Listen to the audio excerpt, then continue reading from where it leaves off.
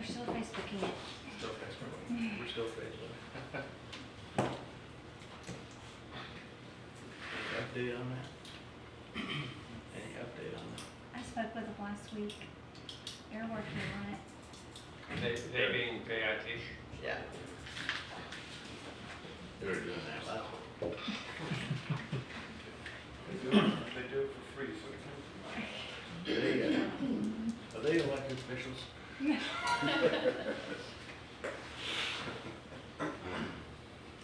Okay, we're ready. We're ready to go. Oh, yeah. Thank you for coming over, I appreciate it, ahead of time. Absolutely. We'll go ahead and call it a word, we're gonna head and do the invocation followed by the pledge of allegiance.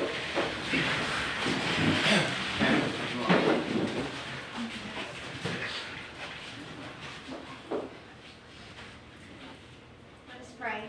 Dear Heavenly Father, we are so grateful. We are so thankful, Lord, for your love, your mercy, and your amazing grace today. I ask you, Father, that as we are going through this meeting today, that you give the council wisdom, knowledge, understanding, and direction. I thank you, Lord, for the many blessings that you've given us. Help us always to be kind. Help us to be faithful to you as you are faithful to us. And as always, may the words of our mouth and the meditation of our heart always be acceptable to you. In Jesus' name, amen. Pledge allegiance to the flag of the United States of America and to the republic for which it stands, one nation, under God, indivisible, with liberty and justice for all.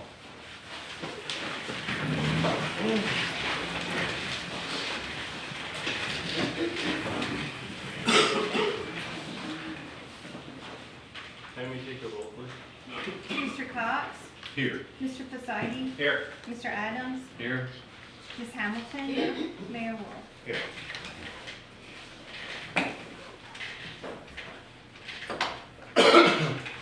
We'll go ahead and move on to the agenda. And the first thing on the agenda is the minutes for April the 8th.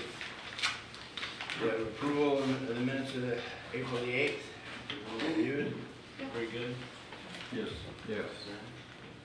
Minutes are accepted.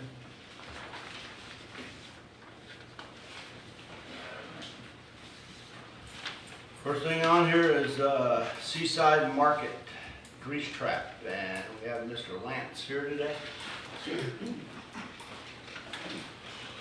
Well, Lance Wilson, Southeastern Consulting Engineers. So this, and I know the council knows this, we got a little history on this parcel over the last, year and a half or so, with the variance and trying to fit the Seaside Market grocery store on this property. So we finally got that. We've got a draft written up for the portion of the property that's going to be gifted to the city, that the roadway and the public sidewalk is in.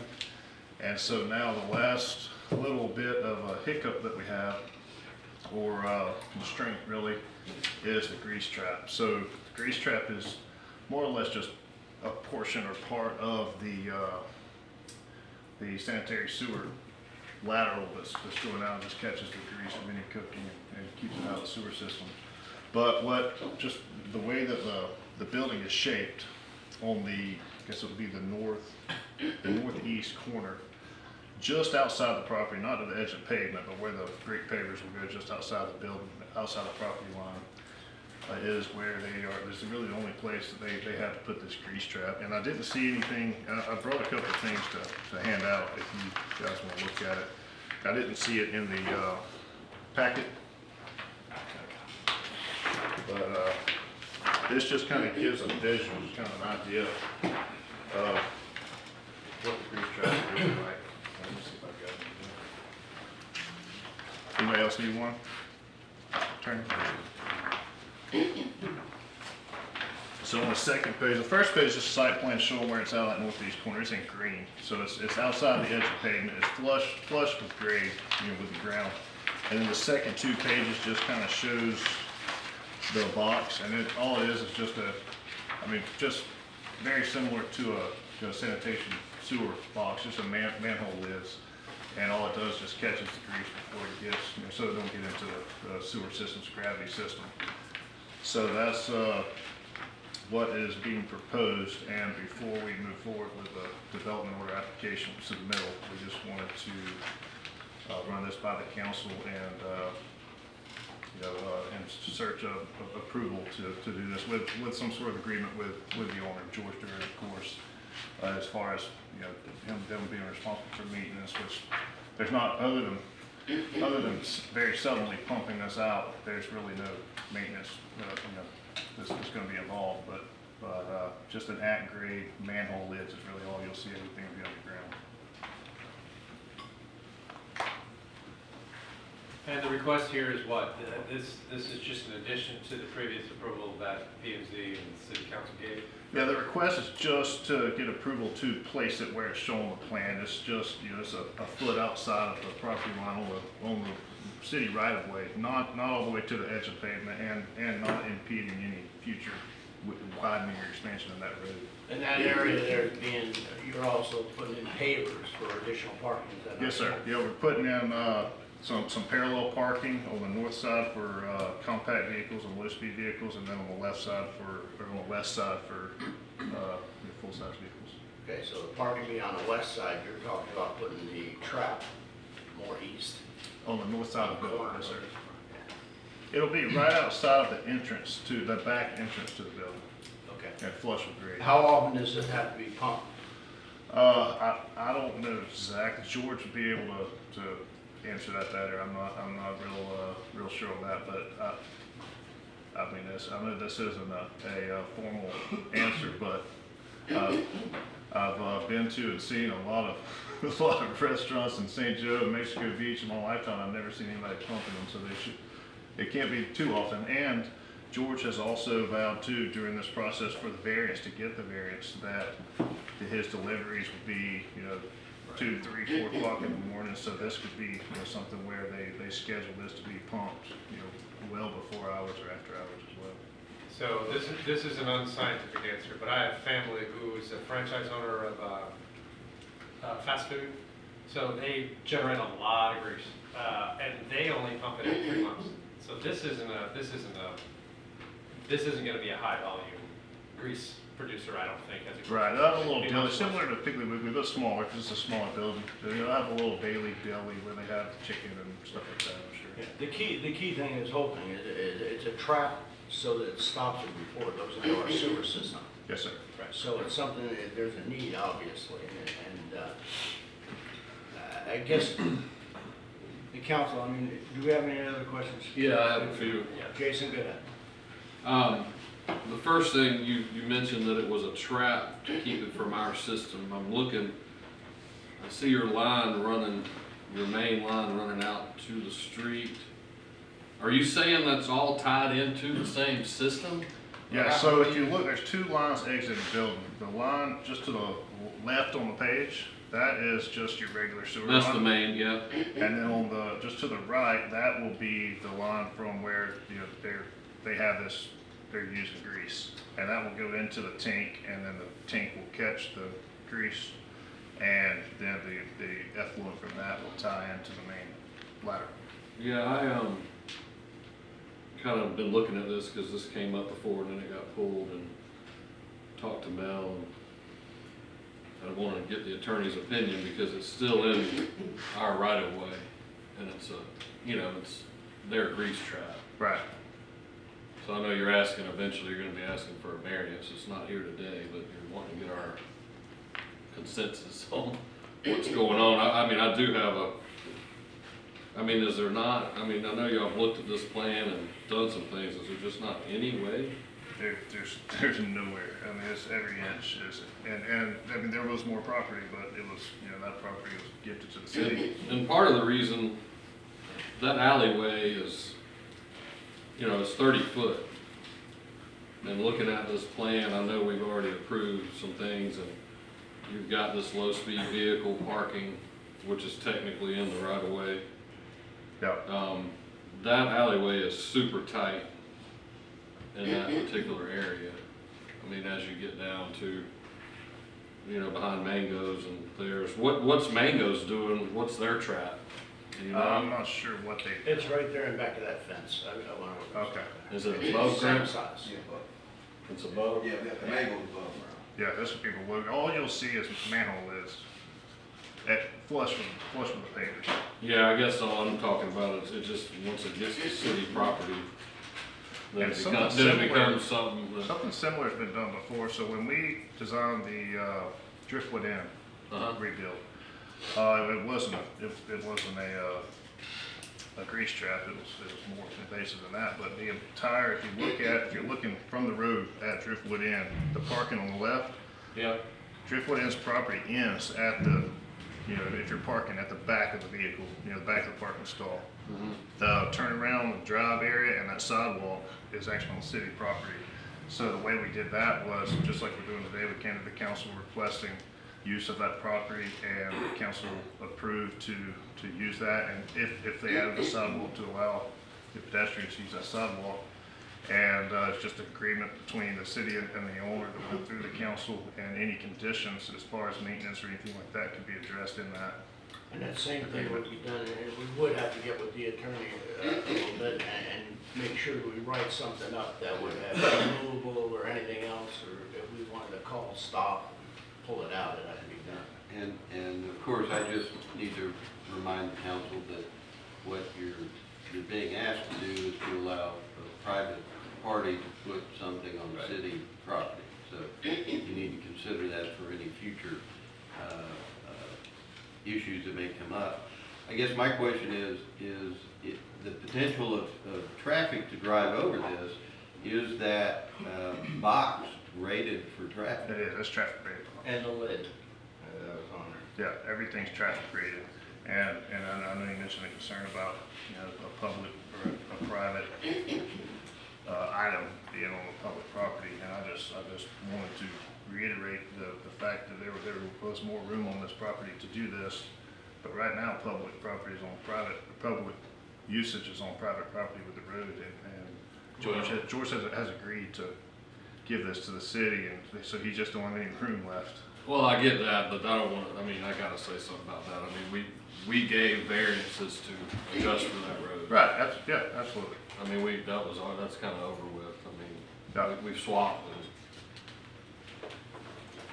and actually, we need to get that sooner than later.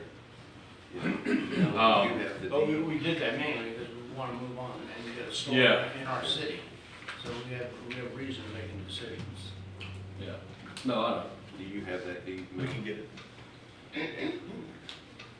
Yeah, I don't think that has been recorded yet, so we probably need to, if you guys need anything from me or George, just let me know on that, and we can. We'll obviously need a that signature recorded. from him in order to convey the property. Are you talking about the deed in the front? Yes, To sir. the front? Correct. Yes, Maybe sir. we can get Ron. It's been drafted, but not that recorded. already. I think Charles Costin drafted Yeah. the description. And the only other question I had to ask, I mean, obviously, I'm really concerned about it being in the public. Is it so that Mr. Durham bought the property behind the store? He does own that property. And I didn't know, once I seen that, was there any way, With it being a gravity system, there's Yeah. no way to gravity over and then back. but there's no way, it's just messy. It'd be like Mango's. Being totally transparent, we need to discuss it, be aware that there's other things going on with that road back there. We know that there's conversations with Sweetwater to widen that road to 50 feet. Right, and that's Conversation another, about Sweetwater buying that property. So, and that would be another, Could be some that's, changes. I've seen the draft of that, and, that widening, if it were to happen, only goes north. It doesn't go into where this grease trap would be. And No. that's another property that they would have to have an agreement with George to give up that portion of the property to expand that. Mr. Mayor, yes, the question I have for our attorney is the precedent. I mean, That's what I was talking about. You need to be exactly, aware. so even though this is a commercial property, what's to prevent a resident to say, look, I now want to use the setback for personal use for, a residential function? Yeah, right. And that's what you have to be aware of, that potentially you could be setting some kind of precedent by allowing private parties to put things on city right of way. Well, it's already allowed to have a sewer lateral, you know, this is an extension of the sewer lateral, more or less. It's a gravity drain sewer system. It's, I think, less. It's private property, you know, it's upstream of where the city would assume responsibility for the sewer, so. But anyway, and of course it has to pass the variance test. I mean, he's coming and talking to you all about the concept, but eventually you know, you have to apply the variance test in the code, so. Lance, Just so all the audience understands too, I mean, I guess Mr. Durham could have, when he did his survey of the property, I guess he could have jogged the whole thing on a line forward and told us to find a way out of the front. I mean, he decided to deed us that property in the front. He could have very easily moved that whole property forward and had his grease trap right there on his own property. We lost about 3,500 square feet of retail area. Or Correct. grocery store area. And that's why this Not needed does variance. set minimal precedent in the fact that this is unusual, given the fact that he was feeding frontage up there on the roadway. Typically, you wouldn't have that. If you just had Joe Doe out here, you know, planting their shrubs on the city right away, they're not wanting to convey anything to the city. right. Got it. Any other questions on it? Jason? So there wasn't, obviously you looked at it, this little area, I guess it's a setback in that corner. There was no way to, obviously, to get it over there in that white. You see where the marker is, the pin for the property, and then there's this right next to this, like this area here. Now, Mango Marley's has their meter location is there, and so we actually had to get further from Mango Marley's than the variance allowed to allow proper spacing to meet Florida Building Code for the electrical meter panel. Mm-hmm. And so that's where all of their electrical runs into their building right there. So that's just conduit and a bunch of underground utilities going down the side of Mango Marley's. It's actually on your client's property. It's well, who knows, but it's there's no way it's in the 6 inches only in the 6 inches of property beside Mango Marley's. It's just not possible after footings and everything else. So we hadn't dug it up to see, but based on any situation that's comparable to this, I would say it's very likely that there is conduit underground on this property. Any other, Jason? Obviously, if the council does conceptually agree to it, I would recommend we have an agreement with the property owner relative to maintenance and disruption of traffic and that sort of thing. Correct. Almost like a contract. Bottom line is, we tell them to pull it out, they have to pull it out.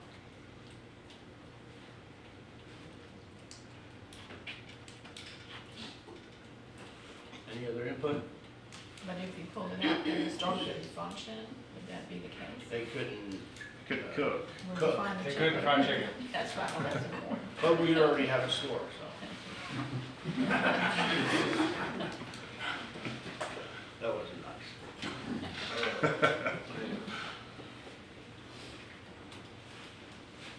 Anybody else? Any other suggestions, anyone? We good to move forward with this?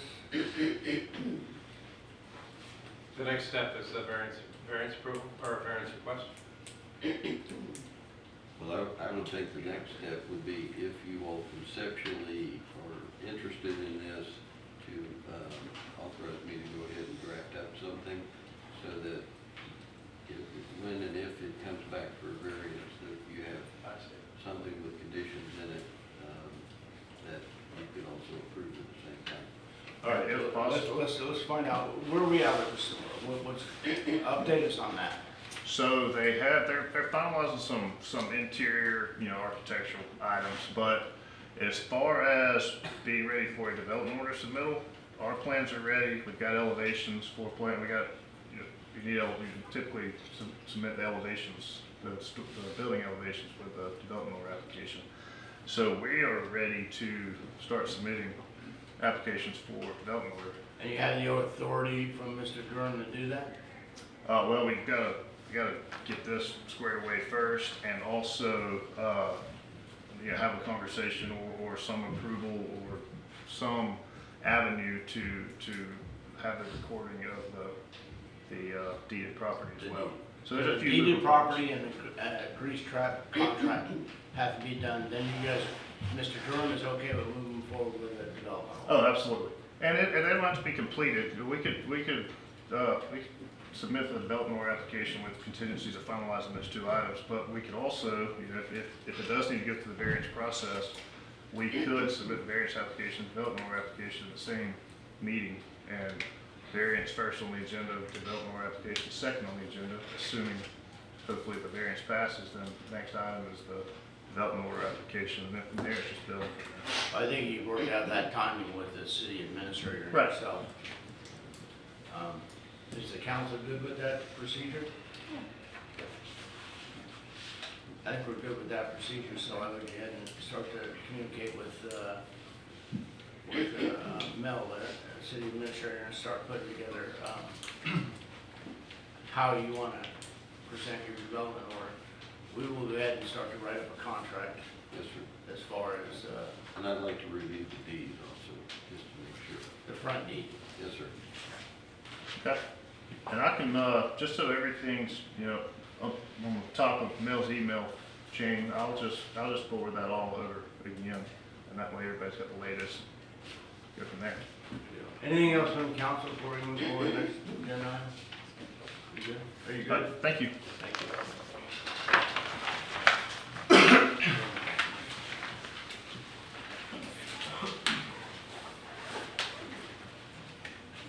All right, next thing on the agenda is Mr. Adrian Willie, Casuna and Ocean Plantation.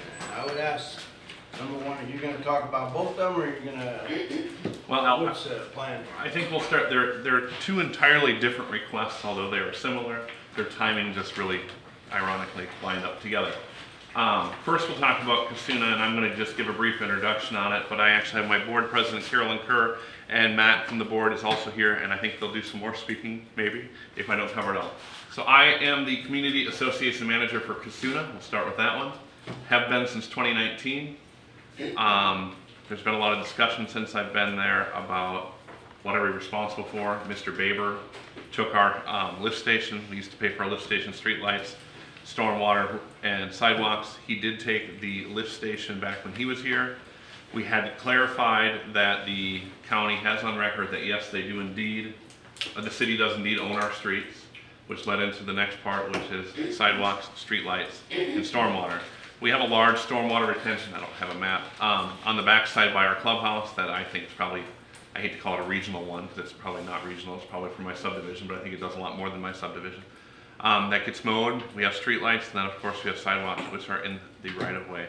So the intent of the request from them is to say, hey, is the city responsible for all this or not? The plat, there was some discussion about the plat map says yes, maybe, and then there's been discussion that there is no official minutes. So I don't know if there's anything you guys want to add on that one. Yeah. All right, I mean, there's some precedent in town.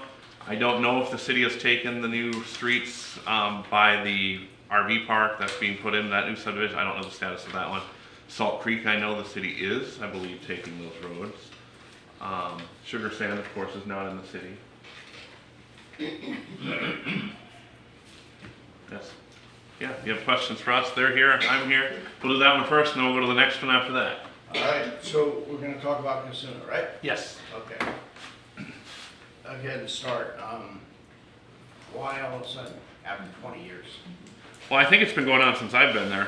I've been there 5 years, and it started, Mr. Linderman was very instrumental in helping us go to the city, and that's when we got Doug to take the lift station. And I think that we've probably assumed for a while that it was the city's. Well, we have a plat. I haven't seen a deed. Has anybody seen a deed deeded over to the city? I see the plat, and I read the plat, and it says public. But typically, Mayor, you wouldn't have a separate deed. State of Right-of-way Florida, State of dedication. Florida says HOA has to deed it over to, But the dedication is what gives the public the right to use it. so based on this plat and what we read, that they're public streets. They're public streets. Sometimes if the HOA is formed, you can go ahead and get a deed from the HOA, but the dedication is what makes them public streets. Okay, and so that's done. That's done. Okay, so that's answered for me. Next question would be, what is it that they're asking us to incur? I mean, is there a cost that you guys are trying to get rid of? I think our biggest cost is streetlights and the maintenance of the storm retention area, right? I think the storm retention to me is. Yeah, come on. Yes, sir. I'm Matt Calderon, live in Casuna. And I think the stormwater retention is a big concern of mine because I think we're affecting not just our community, but as things start to grow, there could be some issues down the road that I don't even know if we're doing any maintenance on our stormwater as it is today. It would mow it and that's about it. And So the I'm- city comes and cleans it if I call them. So, I mean, if they clean out the drain if it's clogged, but we just mow it. Yeah. But I think the incursion across what we're asking for is what streetlights to be paid for, maintained, sidewalks as well. We have public sidewalks throughout all of our development.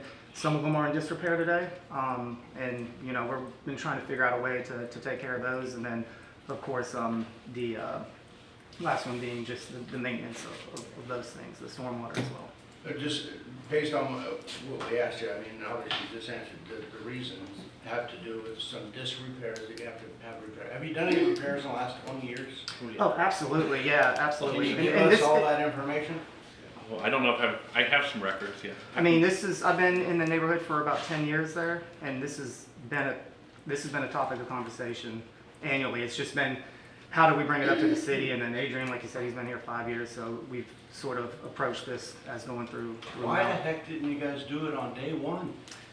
I wasn't here in 2004. I think the neighborhood was established in 2004. For 20 years, you guys been maintaining it. We have been. Now all of a sudden you come to the city and you want us to surprisingly pick up $500,000 a year, $1 million. We have no idea. I know that if you resurface something like that, it's about $15 a square foot. I think you have like 70,000 square foot of road in there. But the roads are already yours. Correct. They're not ours. Right. Yeah, so the roads aren't anything that's a new expense. Okay, sidewalks. Sidewalks, yeah. Correct. We do, Casuna does a really good job of a builder deposit that they take and hold to repair sidewalks if they're damaged. So I don't know that we have a lot of disrepaired sidewalks because we are pretty mean to The people homeowners, that build. the homeowners as they're building, if there's during construction, if those sidewalks get broken, they start crumbling, it's on the homeowner that's building the home to go ahead and make that repair. Okay, right now, I drove through there quite a bit and checked out a couple things, took some photos. Right now, you allow your homeowners to actually demolish the sidewalk and put in pavers. On vacant lots. On vacant lots? Or when they build from a vacant lot. Correct, Yeah. yes. So they're allowed to do that. So They take we them out would if it's take in their over plan. that. Who would take over those walkways with pavers and all that? Are we just, Homeowner. Sidewalk? Yeah, I don't know. my assumption, we don't have anything that says in our HOA bylaws who would. I assume take care of homeowner, that? but I don't know because Yeah, I've I would never. assume homeowner as well. Yeah. is that in your CCRs? So the reason they're removing sidewalks is to hit their pervious ratio, because those lots to build the size house, they take out sidewalk, put in pervious pavers, and that's how they meet the pervious ratio. I got a question on that. I do kind of, is that on public? Pavers go all the way to the road on some of those. So it's in the right of way. So it's in the right of way, but you're giving credit. Well, not that part, it's the stuff behind it. But that's why they're doing pavers for their driveways. Yeah. But as far as on the other side of the sidewalk, that doesn't count towards them. But it's still on city property or city Mhm. city leaned property. Correct. I had a couple more questions if you're done. I can take pictures all over town of pavers and right away if you'd like. Yeah, well, no, they can be in the right of way, but you're asking us to take the side, you, whatever you got, I got a bunch of them. There's some landscaping on the entries. Just the one, Minor, say, yeah, minor. middle one. You guys take care of that, or you looking Yeah, for we us to take take care of that, or what? And you guys maintain the ditches as well that's in front, I mean. On the 15th on Street. the 15th Street side, up to the sidewalk. So what is it, 20 years ago you wanna be HOA, today you don't wanna, huh? I mean, that's how I feel. I'm just giving my opinion, I mean, I understand it. I don't know why the city would wanna take on that cost. Have we brought Is this it up? a safety item? I can understand Yes. that. If you're not making money and you're not supporting what you are as an HOA, I can understand that. But just to come to us, just make that change. I need to know the cost personally, and I'm sure the council needs the same thing. So to think that we're gonna get a decision today, I think we're probably gonna get an agreement that we want. Can I ask you a few questions? Mine was more on the lighting. You're asking, we were talking to Mel a little bit about it. We need to find out what those costs. Is it a contract that you have with Duke per the poles, or the poles private? You know, Duke has some programs, and I don't know how it is in that neighborhood. Is it a contract with Duke that handles that? I've never replaced a light bulb or done a repair. Duke has come out and done them, so I assume the answer is yes. But we need to, obviously need to see that. For Yeah, the I call and costs. it's just done. And then I was trying to get to the bottom of the stormwater, and somebody I've done stuff before, but is it historical that cities maintain stormwater? I know streets, but I'm trying to separate this into. Typically, when a developer of a potential subdivision comes to a city, they will have to do a number of things in the dedication. They will typically dedicate to the city the rights of way and the streets, but the stormwater system is traditionally dedicated to the HOA.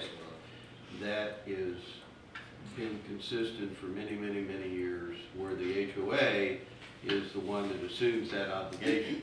Now, what I have done for cities in the past, it is to get what I call a backup stormwater agreement that allows the city, in the event that the HOA does not maintain it, it allows the city to come in and maintain it, because if it's a part of your stormwater system, you don't want it being the clog in the drain, so to speak. So I would get a backup agreement from the developer that says, hey, if the HOA doesn't maintain it, then the city can come in and in fact lien the properties, because what you worry about is an HOA going away.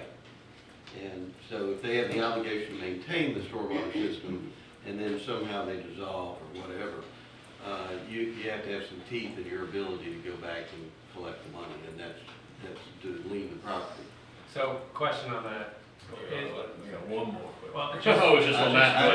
If I could just finish. And as far as the street lights, typically you require a bond from the developer that bonds certain items to be constructed, and that bond or the letter of credit will then carry over for a period of time for the maintenance of those items, including the street lights.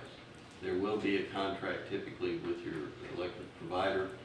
And so if you all even consider assuming some of these costs, I see cities require that those items be brought up to city specs before they're turned over, because you don't want to end up getting a bunch of papers instead of sidewalks, which is what you think you're supposed to be getting.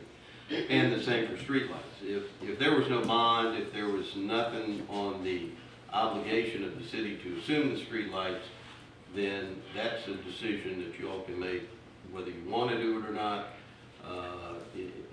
And if you do decide that that's something advantageous for the city, then I will certainly want to see the contract to make sure we know what it says before you get stuck, because it's going to be some expense. Yeah. Right, I think that's where we're gonna go. Yeah. Go ahead and finish, Jason. That's the one question, and then on the streets, and I think I've just seen it.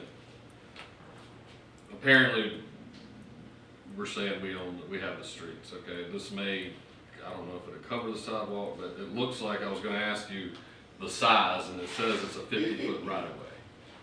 Is that correct on the plat?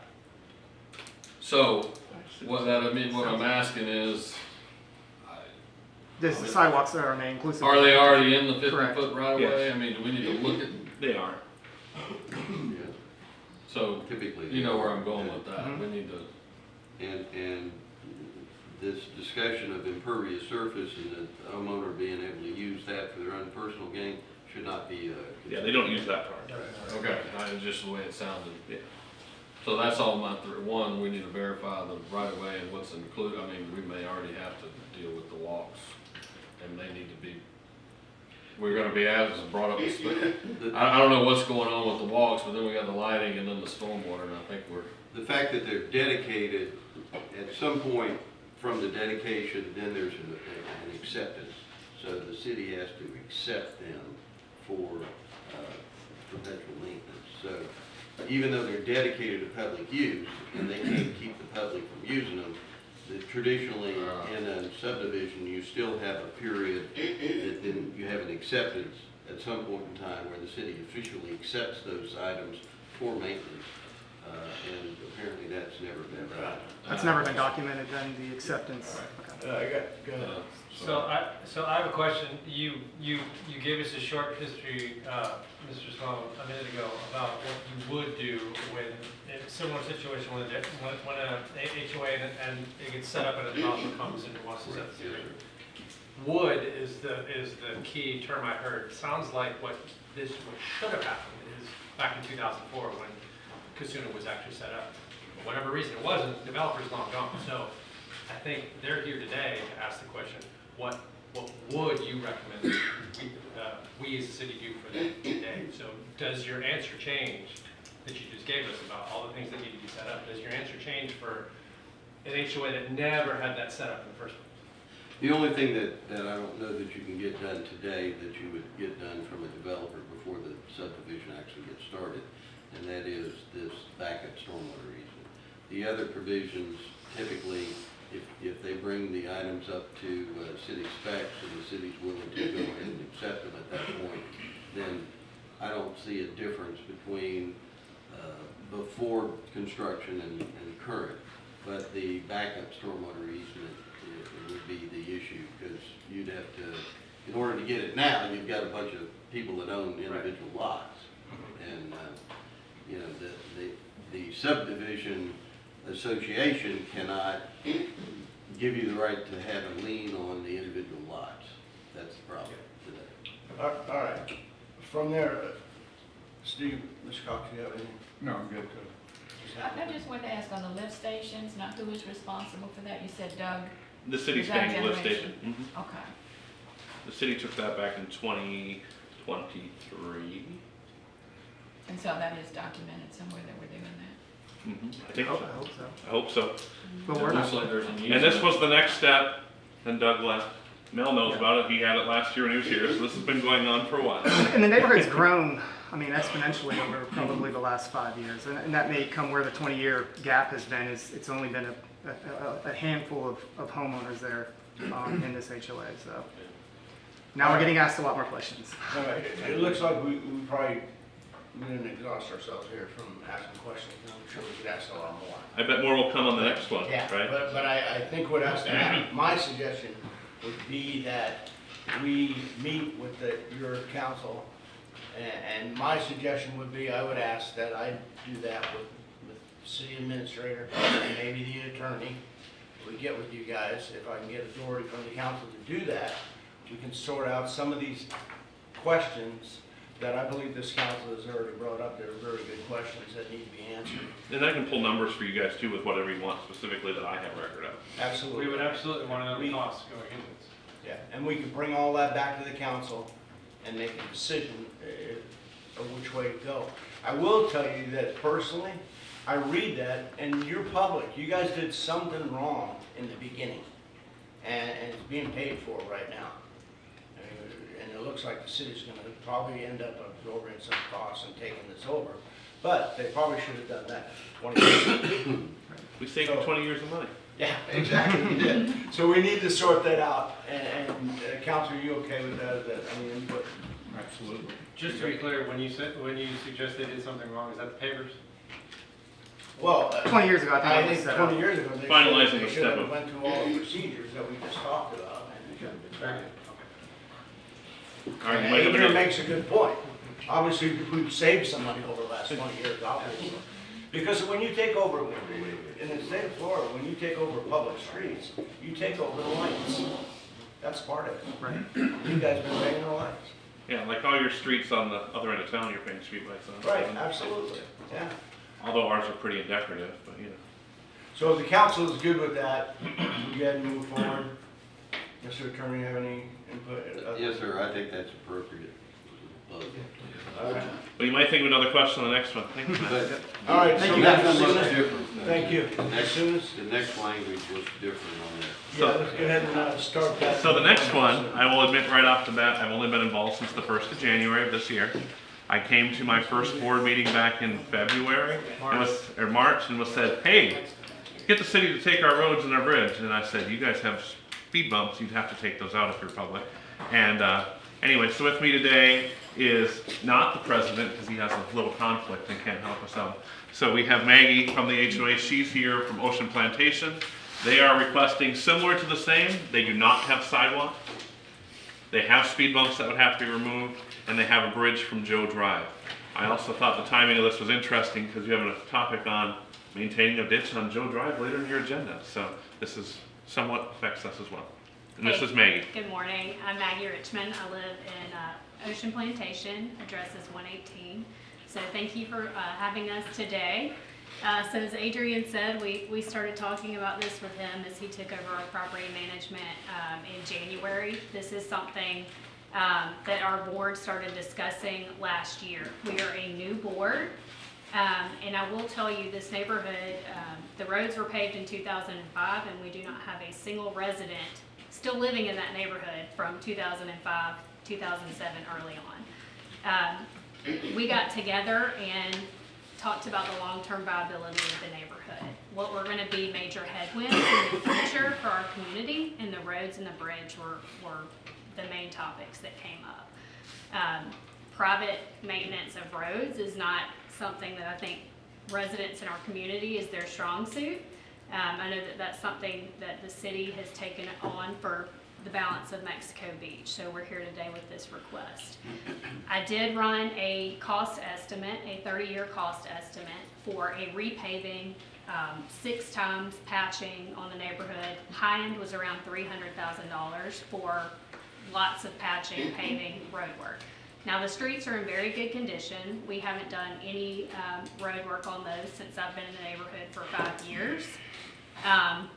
So high end, I wanted to be, I guess, pessimistic with our quote to bring to you all. Also did the math on our property taxes. We're about halfway developed. We have 59 lots. We have about 32 homes right now. So we bring in a little over $200,000 in property taxes for the city. 20% of that goes to road maintenance costs for Mexico Beach. So we pay in around $42,000 a year for road maintenance. Did you say 22%? 20%. 20%. Yeah, so I took the road maintenance budget, which is $879,000. I believe the city's utilized around 14% of that year to date, and then factored in our property tax and percentage.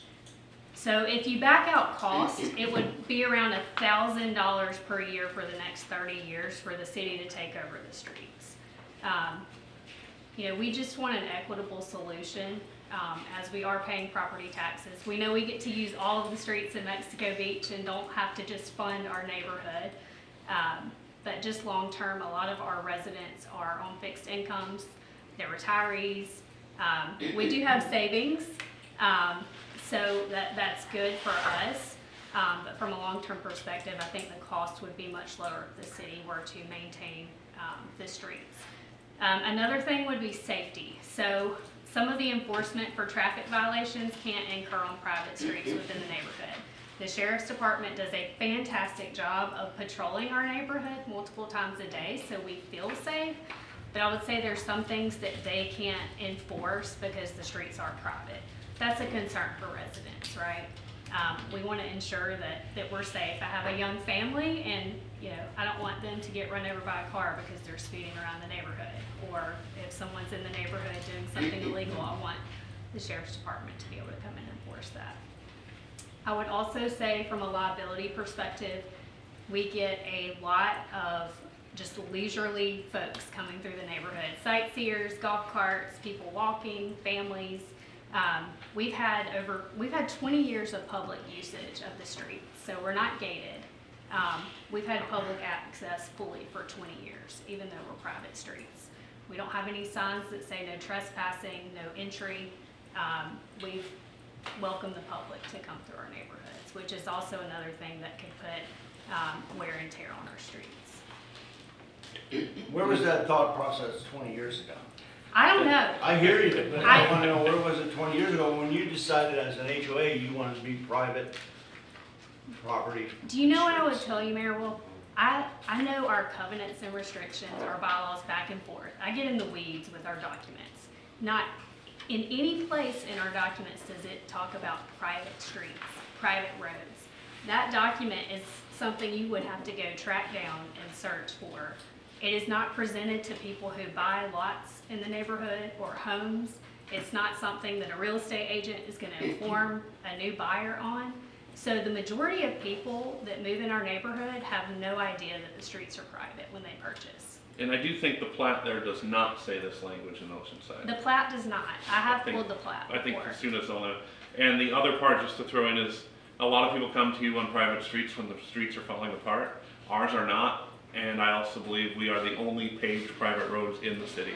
All the other private roads are not paved and desperately need attention. This one's pretty well. It again, you know, it's private streets because you went ahead and put paver walkways across the streets, right in the middle of the street, about 6 of them. Yeah. You guys did that because you The didn't get a developer, permit from the city to do that. yeah, the developer did that. That's private property, or private roads.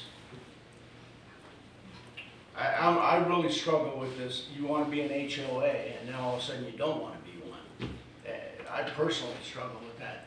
Well, it's the second time you've mentioned that. You're taking Salt Creek's roads, that's an HOA. Pardon me? You're taking Salt Creek's road, and that's an HOA. How many HOAs are in Mexico Beach? Oh, God. Neighborhoods, there's, I don't know, 12? nah, probably not that many. 10? Condos, there's more condos than HOA. A lot of condos. As an agreement, they did not agree to take it over as an association.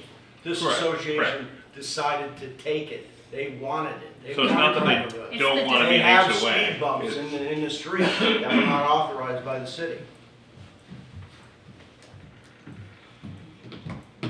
I'm open to the council getting I This, you go was ahead. gonna say, Ocean Plantation has a lot of Airbnb, so what percentage, you said how many houses, 39? We have about 32 homes built. We have 6 short-term rentals. Six, I'd say. Okay, because I thought it was a lot more than that someone went and bought several lots and was using Airbnb. 6, yes. Okay, so do you see that becoming more so in the future because that's more traffic to damage the roads that we're gonna have to repair? I mean, it's up to the homeowner. Okay, I don't because you think have how many more vacant lots? we have 32 built on, there's 59 total, so. So that's a lot more land that can go towards Airbnbs, since that seems to be a trend in your neighborhood. Yeah, And then that could be more road repair because that's a lot more high traffic flow that's coming in and out of that subdivision. I would say that it would actually be less traffic flow if you had more short-term rentals, because the average occupancy rate is only 12 weeks per year. I keep tabs on the short-term rentals. It's averaged out to be 12 weeks per year. Those homes are vacant the balance of the year. Council, yes. First thing, not to rebut, I just want to know where you read your email. So that percentage number of the budget, did you get it from the total, the 879? Is that this total? I backed out the math of the total property tax budget for Mexico Beach, which I think is a little over $2 million. Took the percentage of what 879 is of that 2 whatever million, and did the scratch math for Ocean Plantation average taxes. Yeah, because that budget included the 15th Street Bridge, but we did include in that budget 175 for various paving and maintenance. And then the rest of it's just what I would call capital expense. So I think that number's a little off there. What is the number Maybe of a contra- annual maintenance for City of Mexico Beach citywide streets? Total capital cost citywide for streets is $511,500, and then we did budget $175 for various paving projects. But that is all salaries, everything, repairs, maintenance, operating costs, all this stuff. So I guess what you're saying, Adrian, 51150 is the general that we did do. So your general operating without capital is what, 511? But back to, I guess I'll finish. The plat, it does say what it says. I mean, it's a, it says they were dedicated. And I know back in the day, there was a lot of, and I see the pattern of new, but I know back, there was a lot of municipalities that were trying not to take streets. And that was probably sometime in this thing. But once again, like the previous subdivision we talked about, we don't know, y'all have a bridge there. We do. So, like, the cost of, The bridge over the stormwater you're gonna talk about later in this meeting. well, yeah, that's coming up, but, yeah, that's a whole, And So- to be clear, the neighborhood association owns half that bridge, the city owns the other half, because the city or St. Joe? It's on the St. Joe side. If you look at the property assessor's site and the line goes straight down the middle of the bridge. So that drainage ditch in the back, the line goes straight through that Yeah. drainage bridge, which goes over And the I bridge. don't know how to repair half the bridge. Well, so that brings up for later on, if you're gonna talk about taking the maintenance of that ditch, are you already taking that bridge? I don't, That may be a compromise for us. We'll be happy. and I know when the subdivision was built, I was here, that was a landlocked piece of land. And St. Joe, for whatever reason, may come up later, the developer, I remember, went to St. Joe, and the only way they could get access to that was to build Joe Road all the way to where it's at and do that. So it was something to do with, the developer thought it was in his best interest to do that. I know we're talking about taking over these roads, but once again, it's like the last one where there's a lot of cost and a lot of things that we need to address with, even if we're gonna think about it, but the plat says clearly that Yeah, we're trying to it's get, an HOA. I'm trying to get the input of all of the council, but really, we're gonna end in the same place, I think. So I agree with Jason. Yeah, no offense to my ocean plantation people, your request is tougher than Kasuna's, I think. It But- is. It is. We understand that. Let's go ahead and finish around the table then and see where we good. So Jason, I totally agree with you. I mean, what we're dealing with here is the streets would have to be brought to city spec, which means get rid of the pavers, get rid of the speed bumps, so that our street department could then maintain them. Which that, in my view, they would be responsible for the cost to do that. Part of the conversation. Right. So Yes, sir. we're always together. So we don't have paver. Oh, I guess You we have would the have to paver take the walkways pavers. across, yeah. Okay. Okay. I mean, I Speed think bumps we've already discussed taking out at the time. as a board, we are aligned to support with whatever process would be needed to align with city standards, and we can start exploring that. Yeah, Ms. Maggie, what we're gonna do, I believe, again, let's go ahead and finish the council, make sure we get all the questions, and I believe we're gonna end up at the same place, Okay. but is there? I don't think any of us thought we'd have an answer today. I think we're just gonna start a discussion, so. Good. I just wondered too, Troy and Garrett, would that put an extra workload on your people, any of this taken on these two subdivisions? Would that put them I under? mean, I don't think the right of ways in there as far as how wide the grass is for us to cut. I mean, it'll add some, but it's not gonna be that strong. As far as us, I mean, we're already handling the water meters and the lift stations. That's not additional, okay. We do require lot owners to mow their full lots too, so you Yeah, should. that's another thing. A lot of homeowners do when they will mow the little bit of right of way. Okay. And there's obviously a legal side of it to the plat, we'd have to change completely, so we have to talk all that cost and who picks it up and all that. So, Yeah, because from a legal standpoint, there is a difference between Absolutely. Kasuga and this one. Absolutely. All right, we're in the same place. Are we good to end there, council? So can we get authorization to move forward with the same group to meet and get information for the council to bring back to make a decision? Yes, sir. Okay, Thank you. we're good. Thank you. Thank you all.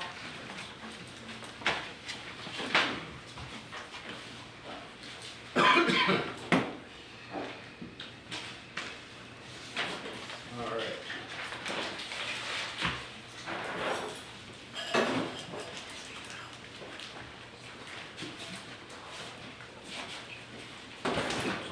we'll go ahead and move on to the regular agenda after everybody else sits here. I think we lost some people there.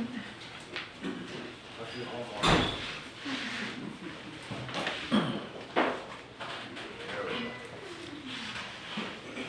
Okay, regular agenda, beach vending applications, Mr. Mel. Thank you, Your Honor. In your packet, you have applications from Barefoot Rentals for a Class 1, location being from the Old Governor. Barefoot Class 2, which means they can deliver anywhere on the beach. High Tide Class 2, and Forgotten Coast Class 2. Those are the 4 that were in your packets.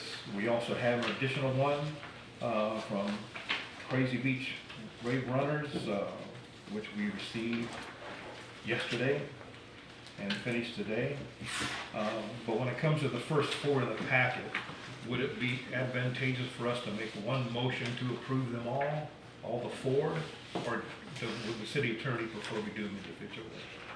Well, if they're gonna be all approved without conditions, then you could do them all in one, but there may be conditions on any of them, I don't know. Yeah, all 4 Why don't we do this then? I agree with you, Mel. There's 4 of them here that you have presented to the council. Correct. And they've had for the last 4 days, 5 days, whatever. And they've all complied with They've all what the been ordinance. reviewed. So I think that if we have questions on any individual one, we ought to bring that up. But if we get okay 3 of them or 2 of them, I went through all 4 of them, didn't see any real issue with them. So the last one we could hold off. Yes, sir. Because it's council. Yeah, as long as there's no questions. On the first one.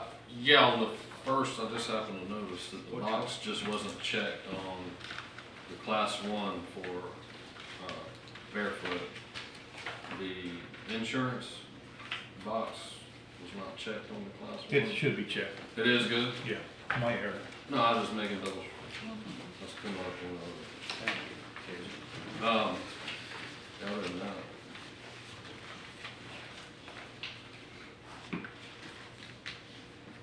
All looks good. Anybody else? So these 4 are okay. Do we need to vote on those or we just not hit on? No, you need to vote on them Okay. because For your approval? approval is Okay, required. so we're gonna go ahead and ask for a motion to approve these 4 permits. I'll make a motion to approve the 4 beach vending permits that were submitted to the city prior to today. Okay, I'll second it. We have a motion and a second. And that are in the packet. And that are, yes, my motion amended to approve the 4 beach vendor applications included in the city council packet for today's meeting that were provided prior to today. And a second. Second. We have a motion and a second. I'll second it. We do. Ready? Ms. Hamilton? Yes. Mr. Adams? Yes. Mr. Fasagi? Yes. Mr. Cox? Yes. Mayor Wolf? Yes. This is, I also like to point out, I mean, this is a new procedure that we brought to the council, and I think it was worthy of going over it, making the decision, and taking it out of, not taking it out of the city administrator's hands, but being able to have some skin in the game on the approvals rather than after the fact. So, good job, council. We also have 2 that didn't submit applications yet, but we'll rattle their cage this week so we can maybe get it on the agenda for next week. But we did have an application from Crazy Beach Wave Runners. They were in yesterday. They did an excellent job of providing all the documentation with the exception of one item. And that one item is the insurance requirements. A Class 1 requires a $3 million aggregate. The applicant only has a 2.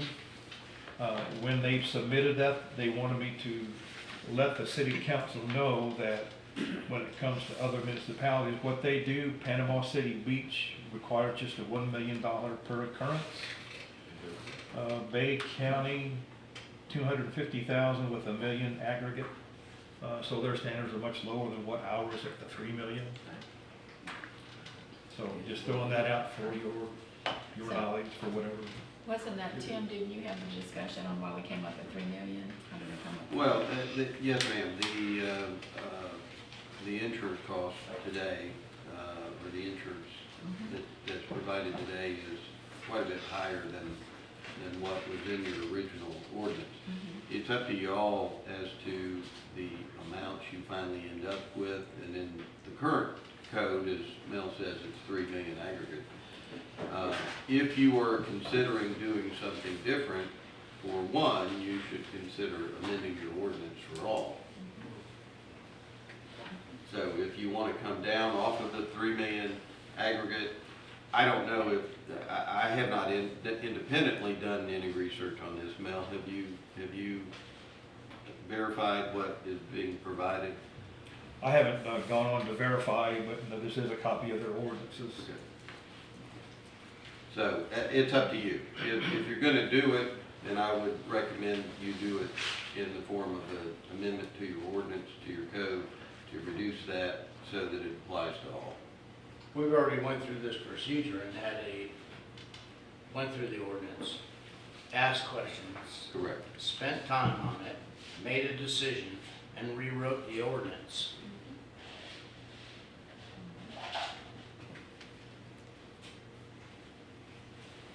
Yeah, I mean, we just adopted it. Stick with it. Just adopted Right. For now, we need to stick, my opinion is stick with it and discuss it more with Hector and, you know, see what.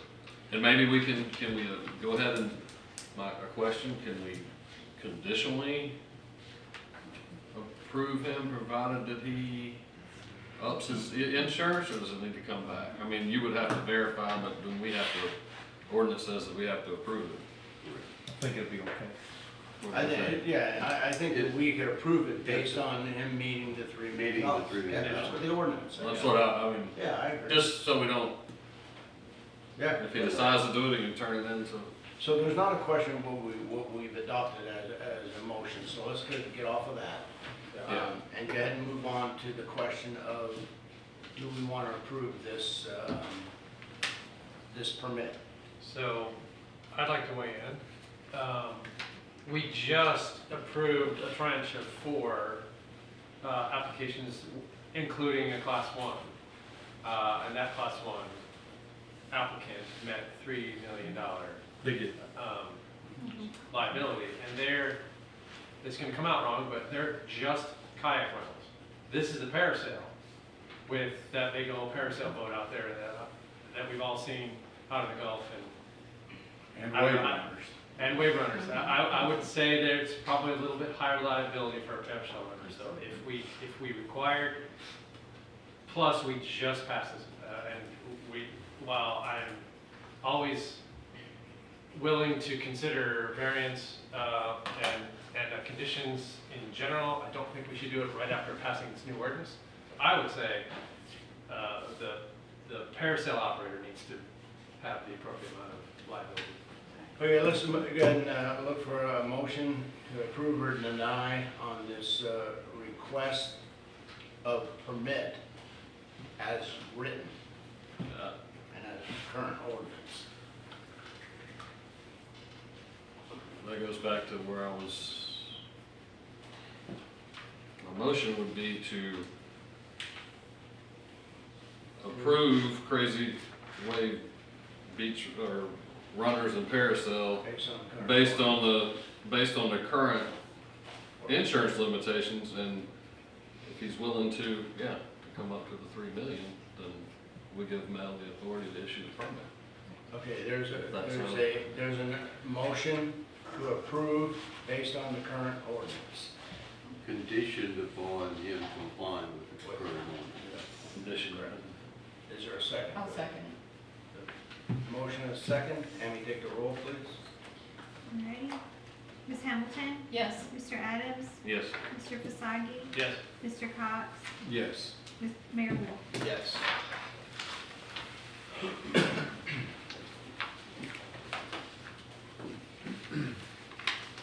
All right, beach vending is closed. We're gonna move on to resolution 2503, and we have Mr. Sandy Walker come up to the chief. Thank you. Morning, Mayor and Council. This is basically us agreeing to join with Bay County for LMS, which is a local mitigation strategy group that gets together to discuss all the potential spending of grant funds for different cities and so on and so forth. So after each major catastrophe, be it a hurricane, tornadoes, so on and so forth, there is money made available for municipalities to upgrade and mitigate against flooding, building damage, and so on and so forth, right? So this has been put together for us. We didn't write this. This is something that the LMS board has put together, and they are asking us to agree to this so that we can still remain part of the LMS. And at the moment we have the lift stations that have been done by Garrett. We're part of an LMS grant. There is a building hardening section of that within the new police and fire station. Once we get FEMA once we deal with FEMA on that side of it, there is money in there from LMS to harden that building. And there was one other that I can't remember off the top of my head that is involved in that. So we are getting money on a regular basis through this system, and we will be able to apply for more grants. We do this in conjunction with Atkins Realis. All right. Is there a motion to read by title only? I would just point out that the county is going to pass the LMS today. So assuming that you all are in agreement, their passage would be, obviously, have to be the condition once you all finally adopt the law. Based on their approval. Yeah, but by the time you get to the second reading, you'll know if they did it. I mean, they're meeting now, I'm assuming. Do we have a motion for the first readings by title? We need that. I'll make a motion to read by title only Resolution 2503, Bay County Local Mitigation Strategy Plan 2025. Do we have a second? Second. Sam? Ms. Hamilton? Yes. Mr. Adams? Yes. Mr. Kasagi? Yes. Mr. Cox? Yes. Mayor Wolf? Yes. Now, you can either adopt it today, conditioned upon the county passing, or you're having a meeting next Tuesday, either way. So we'll wait till the second reading. Well, there's really no second reading on the resolution. Because this is our resolution. There's just one reading on the resolution and then an adoption. So you could do it today, just conditioned upon the county approving the LMS plan that they're considering today. I'd be very surprised if they didn't. Resolution 25-03, a resolution of the City of Mexico Beach, Bay County, Florida, adopting the 2025 Bay County Local Mitigation Strategy Plan and providing an effective date.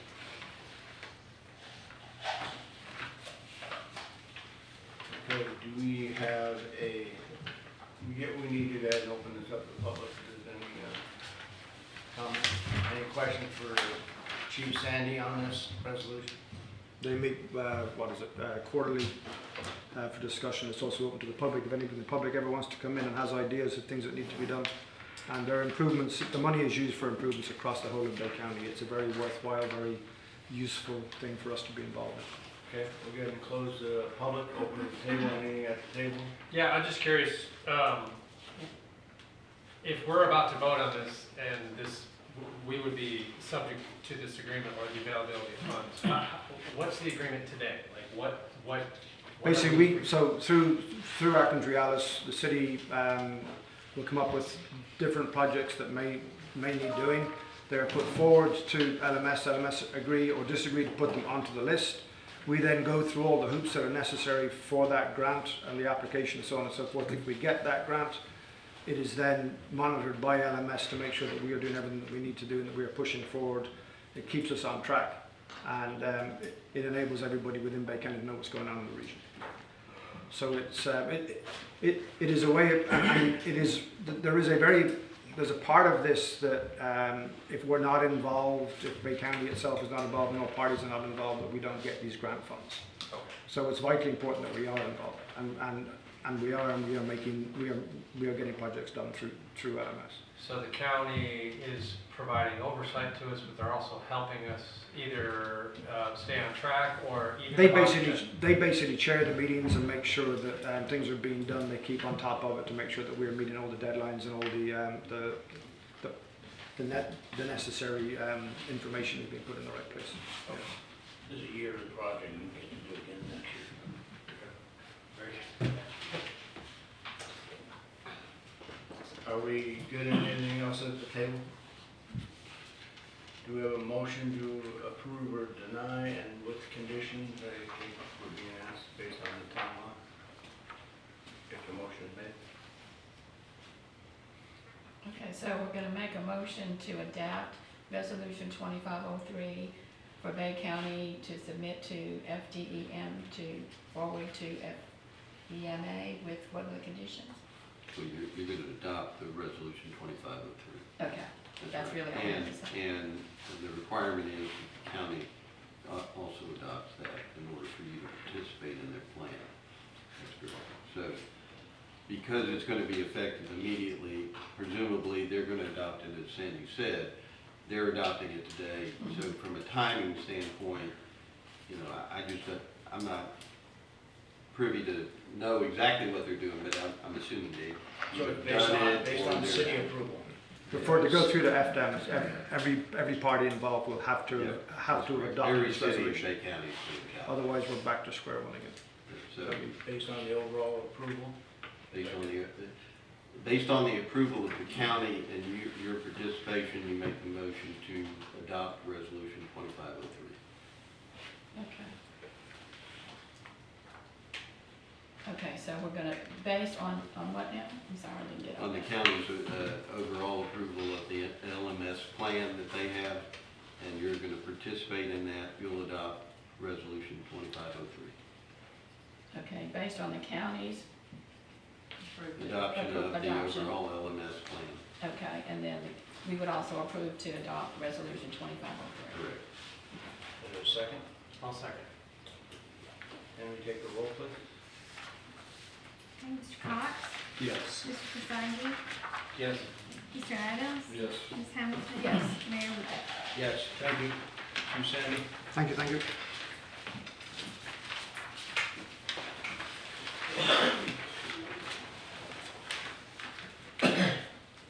Moving on to the next thing on the agenda, accessory structures, Mexico Beach, boat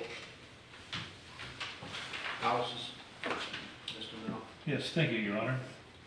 The city council did have a conversation about boathouses back in April, before I came back in May.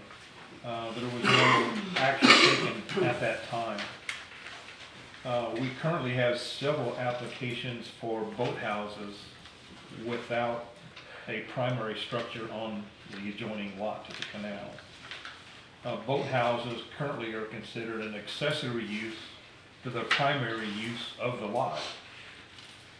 In our code, it says specifically, accessory structures shall be located on the same lot as the principal structure to which they are an accessory. And as we know, a boathouse in the canal was not on the lot with the home. So that math and calculation is wonky at best.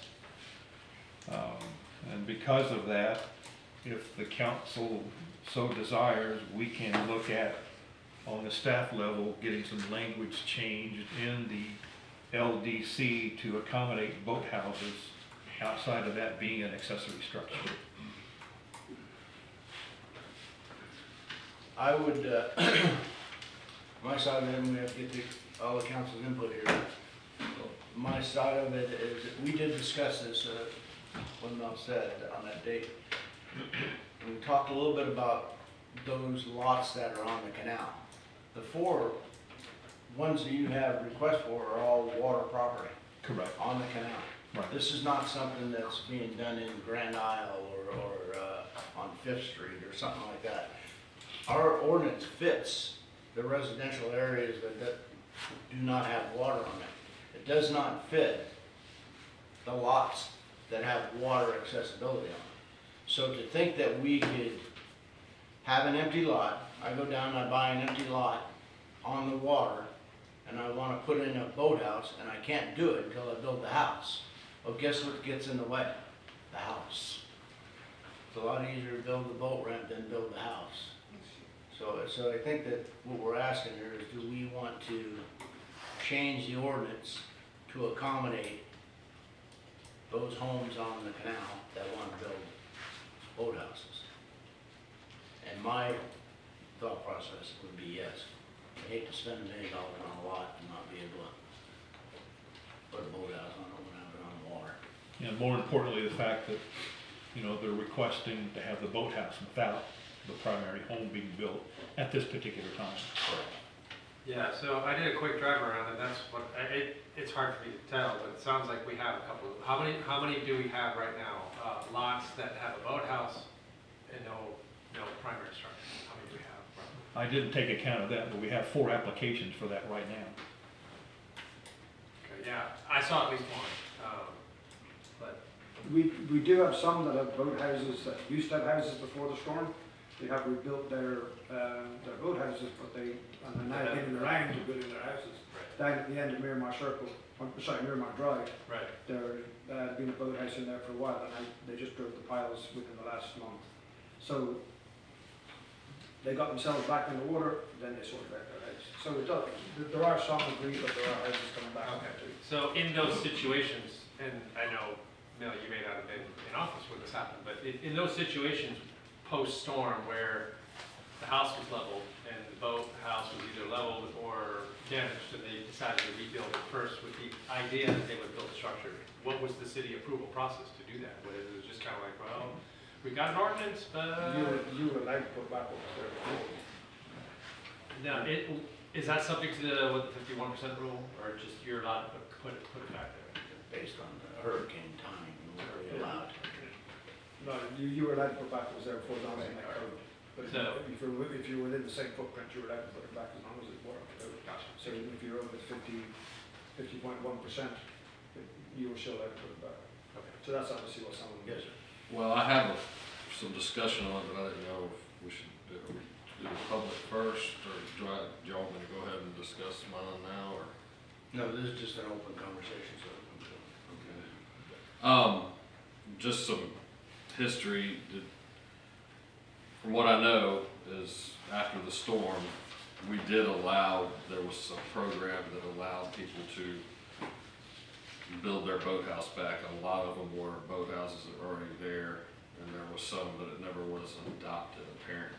It was, or taken out of accessory structures.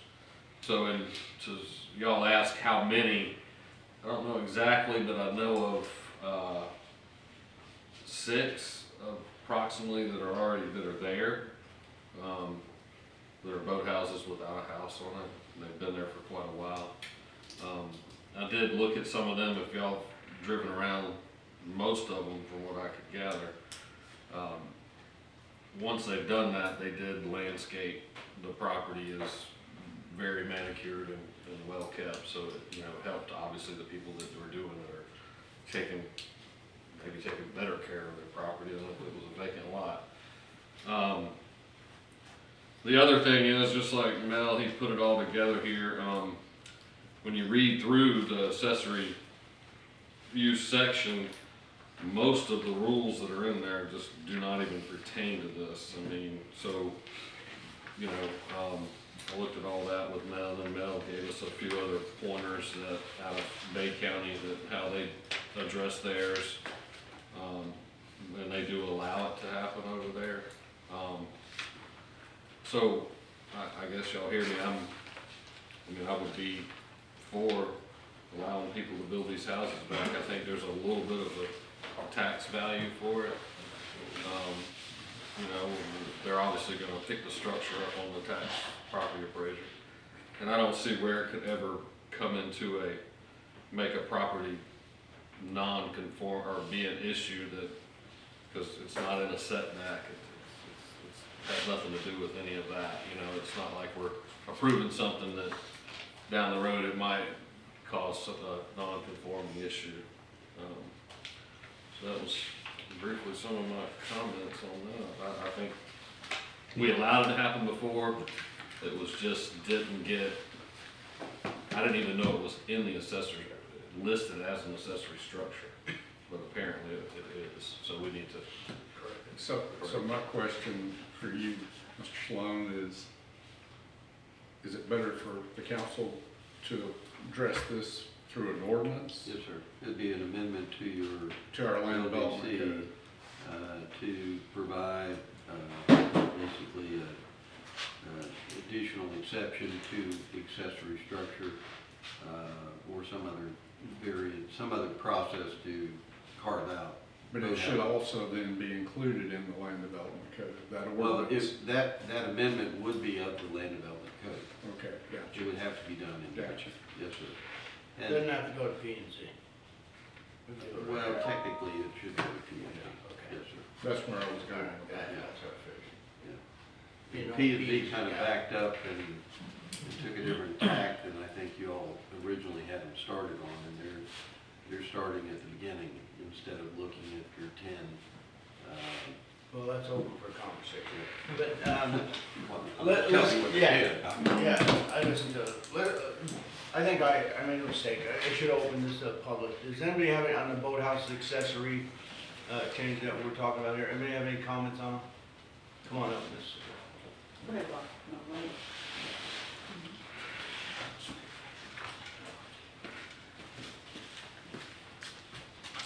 Lisa Logan, Mexico Beach, and for the record, I am a member of P&Z now. Explain to me again, if you will, please, the difference between boat owners who have canal property and boat owners who are, let's say, landlocked. You have a small number of people who own the waterfront where they want to put essentially a garage for their boat. That's what a boathouse is. And you have a large number of property owners who have boats, but they're not on the canal. So what is the difference between canal owning boaters and landlocked boaters, and why should one group be given permission to build a garage for a boat and a great many more should not? Yeah, that is a great question. I mean, if you buy land in the middle of a subdivision, it doesn't have water. Mm-hmm. You buy land on the water, why do you do that? You normally do that because you got a boat and you want to put it in a boathouse. So that Yeah, makes I think them Jason brought up special? a good point, but it actually elevates the property tax on it. So you're buying a lot with it, the ability to put a boathouse on it. And we don't allow that right now because we say that a resident has to be there. Okay. Well, my thing, Lisa, some of that too, to say, it just, when you looked in the accessory, like the setbacks and everything, I guess if they put a boathouse on their property, then it would be an accessory structure, but there's a lot more hoops that I'd say to jump through, besides putting in the water. And I looked at Panama Cities, and we do require this of our boathouse owners, and this is getting off a little bit, but they're, it says if they have a permit from the DEP, because, we have to have a permit from an exemption to put a boathouse in the water from DEP. That may not answer what I was saying, difference with you, to rely on one or the other. I just brought it up because historically it had been done. And a lot of the houses that were rebuilt, the boathouses were already there. Like I know there's one across the street from me, I don't know the gentleman. It was a house there before, it had a boathouse. The boathouse was actually left there in kind of shambles, but it had a roof and everything. And they went to redo it and they were, denied for now. That's another step, but even to rebuild what was there, the way the ordinance reads, they've been denied to do that. Okay, well, let's just look at it from my standpoint, I don't know.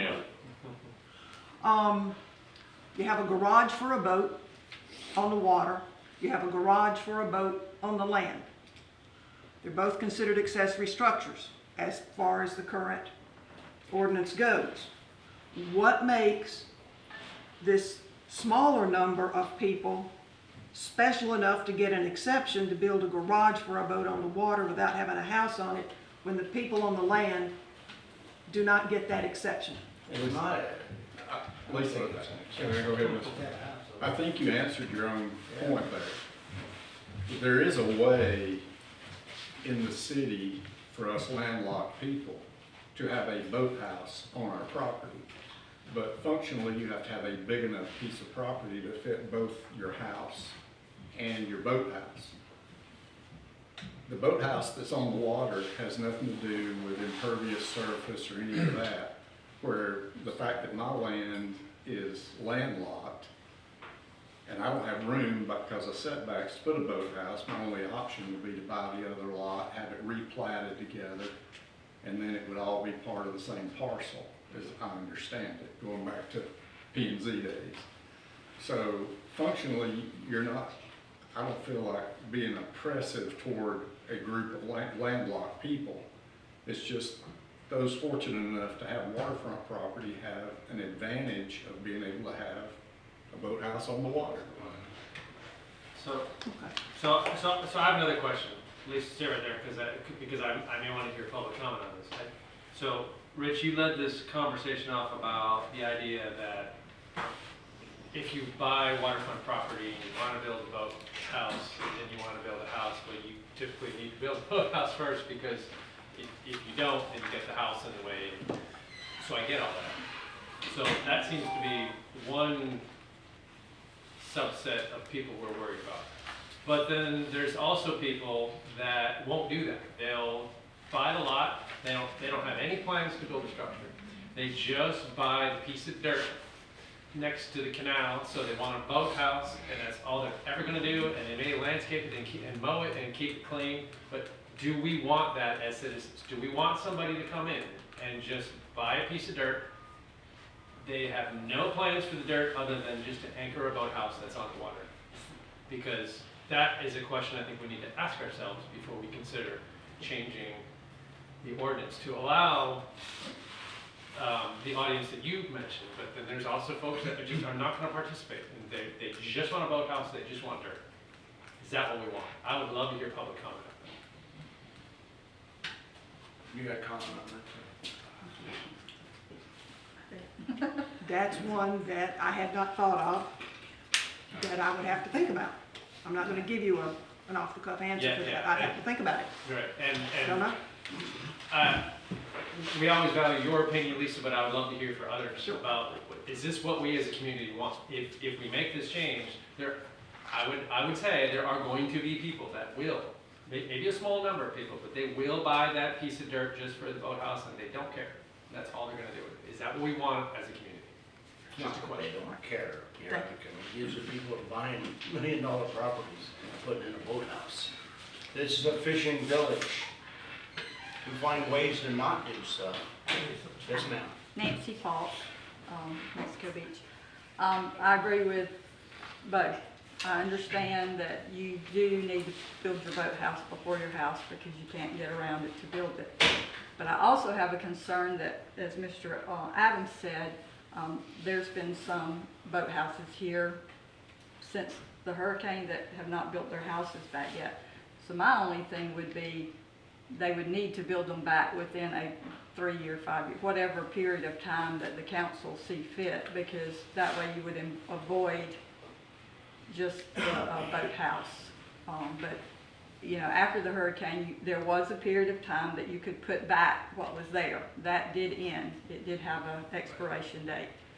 And so I understand people putting back what was there, but I do feel like if we don't have some kind of, you know, you do need to build a house within a certain amount of time, that you may end up with some lots that do only have boathouses. Good point. Mr. Rock? Rock Crease, MD, I'm also on P&Z. Couple of questions here that you brought up and I'll bring up. What Lisa was trying to say, you're screwing people who don't live on the water. I don't live on the water. I can't buy a lot and put a pole barn on there to keep a boat unless I have a house.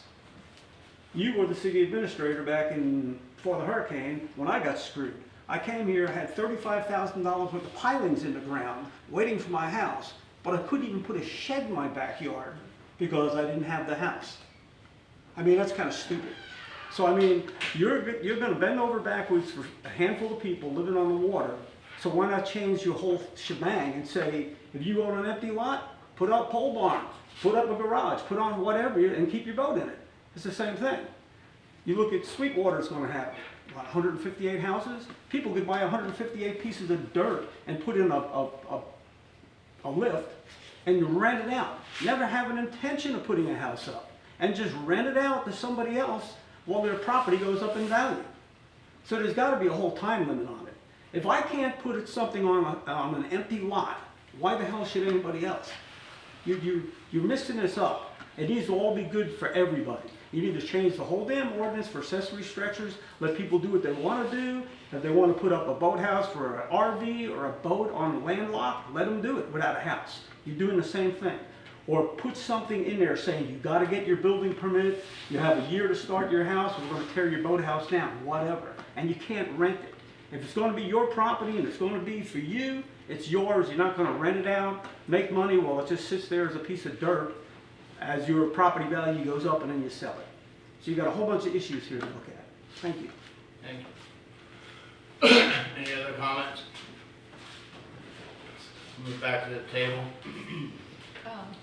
Do we have a clear definition of what a boathouse is? Because what if the person who's not gonna build a house wants to maybe make like a little sleeping area, they're gonna come over on Friday and spend the whole weekend here, and they're thinking they're gonna put something in their boathouse to sleep, and then get in the boat in the morning and go on and fishing. So is there anything clearly defined in what a boathouse? Not to that detail, but Okay. the new language would address that. Okay. No kitchen. Yeah. Right. Bathroom. It's for both and nothing else. What's the difference between a boat lift and a boathouse? The roof. One has a roof, one doesn't. Yeah, well, you bring up a great point, Linda, is, you know, it's not our job here today to think of every use case, but I can think of a use case where somebody builds on an otherwise empty lot, they could build a boathouse, and it's a two-story boathouse, and upstairs is like a little cabin. Is that what we want? No, and that's not what our ordinance allows. But we're talking about changing the ordinance to allow this or something else. And I'm not advocating one way or another for the structure you just mentioned, but is that what this would all need to be figured out before we consider changing. DEP aren't going to give you permission to build a livable structure. It's above the water. You've got all those issues with pollution and so on and so forth. What about living in the boat that you got there? What about living in the boat is another use case. Again, is this what we want? It's in the ordinance that you can't. I mean, You're not allowed to live aboard a boat. we need to anywhere read unless all you that reach- stuff before Not we even in the make service. decisions. That's already ordinance in. Yeah, there was a lot of good things that come up. I do understand we're not setting don't want to set a precedent for one or the other. And some things that were said too, you know, we have a program, and I don't know how this fits in, but we're now allowing, I don't know, this boat, using a house is a little different than it's a boat slip, is what it is. I mean, there's no boathouses on the water, they're all boat slips. But there is, you know, even our own city program is allowing boat slips. I mean, we have a program to rent them out for long term, and, you know, I know they don't own it, but technically they have some skin in the game. So I'm not trying to find a way around it. We had it going, we have the application, so it's up to the council. I mean, you know, there's there's even a documentum here that none of them, I mean, the land, the uplands are part of an association and there's slips, but that's what they have. So us getting on these things, I mean, like I said, I was talking about rock stuff when he was saying, and we're talking about the uplands versus in the water, and that's what I was bringing up in our ordinance. It's so many setbacks and all this other stuff that pertains to that doesn't pertain to I'm gonna start calling it a boat slip. Because we wouldn't allow any housing on there, so. But I do understand, I mean, people have property and somebody wants to buy a lot and put a pole barn on there to store their boat. I mean, you know, might be getting into something else here. Yeah, I think we need to take a look at it. I don't think that it's written right now, and I believe that if you have a property on the canal, on the water, that's different than a residential home. So are we separating? We didn't separate it. The property is there. The separation is what they bought. Here's a good example of one of these four, okay? And only because I read the four to see what they were. Here's the situation. The guy comes down, he buys a lot, a residential home on, I might be wrong in the street, I think it's 35th. He buys a lot on 35th on the east side. The east side doesn't have water. So he has that resident right there. He sees a lot across the street on the west side that's water, that has water. He buys that lot.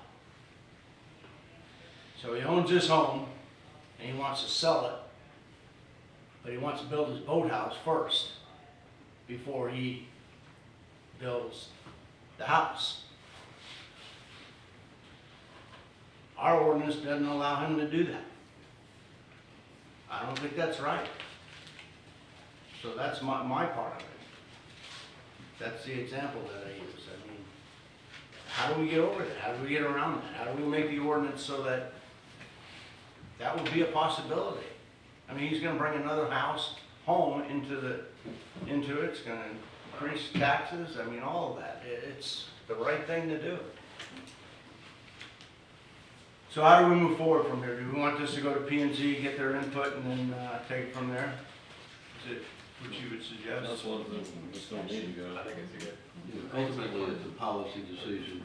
I will tell you that while there are some provisions in declarations of covenants and restrictions that might require construction of something, say the primary residence, within a certain period of time, I don't know how you can accomplish that from a city perspective to allow a boathouse and then say you've got to build your house within 2 years. What's the remedy if they don't? Yeah, what's the end game? You can't say I'm taking a property. That solution I'm not sure exists really for the city, but it's a logical thing to do though. There has to be maybe some type of restriction, but what would that restriction be? well, it's ultimately a policy decision of whether you want to basically have a bunch of, several empty lots with just a boathouse on it, whether that's conducive to what your plan for the city is or not. If that's part of your plan and you're not going to insist upon a primary residence, then you can do the amendment. So I would, speaking personally as a former P&Z member, if we're going to turn this over to the P&Z board for study, I recommend we give them some guidelines or some guardrails as to our preferences from the city council. So, Mr. Sloan, you just mentioned that may or may not be a good idea to, or may or may not be possible to put like a time limit on you have to build a house within 3 years or something like that.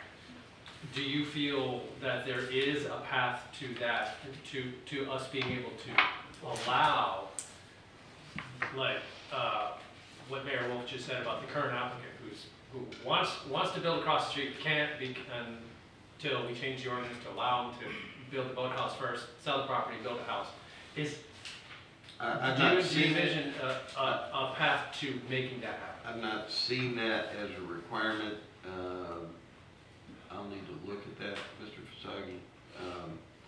You know, and of course, there's a difference between the county's position and any city's position, because the county is so broad and they're not looking at subdivisions and the plan for a city.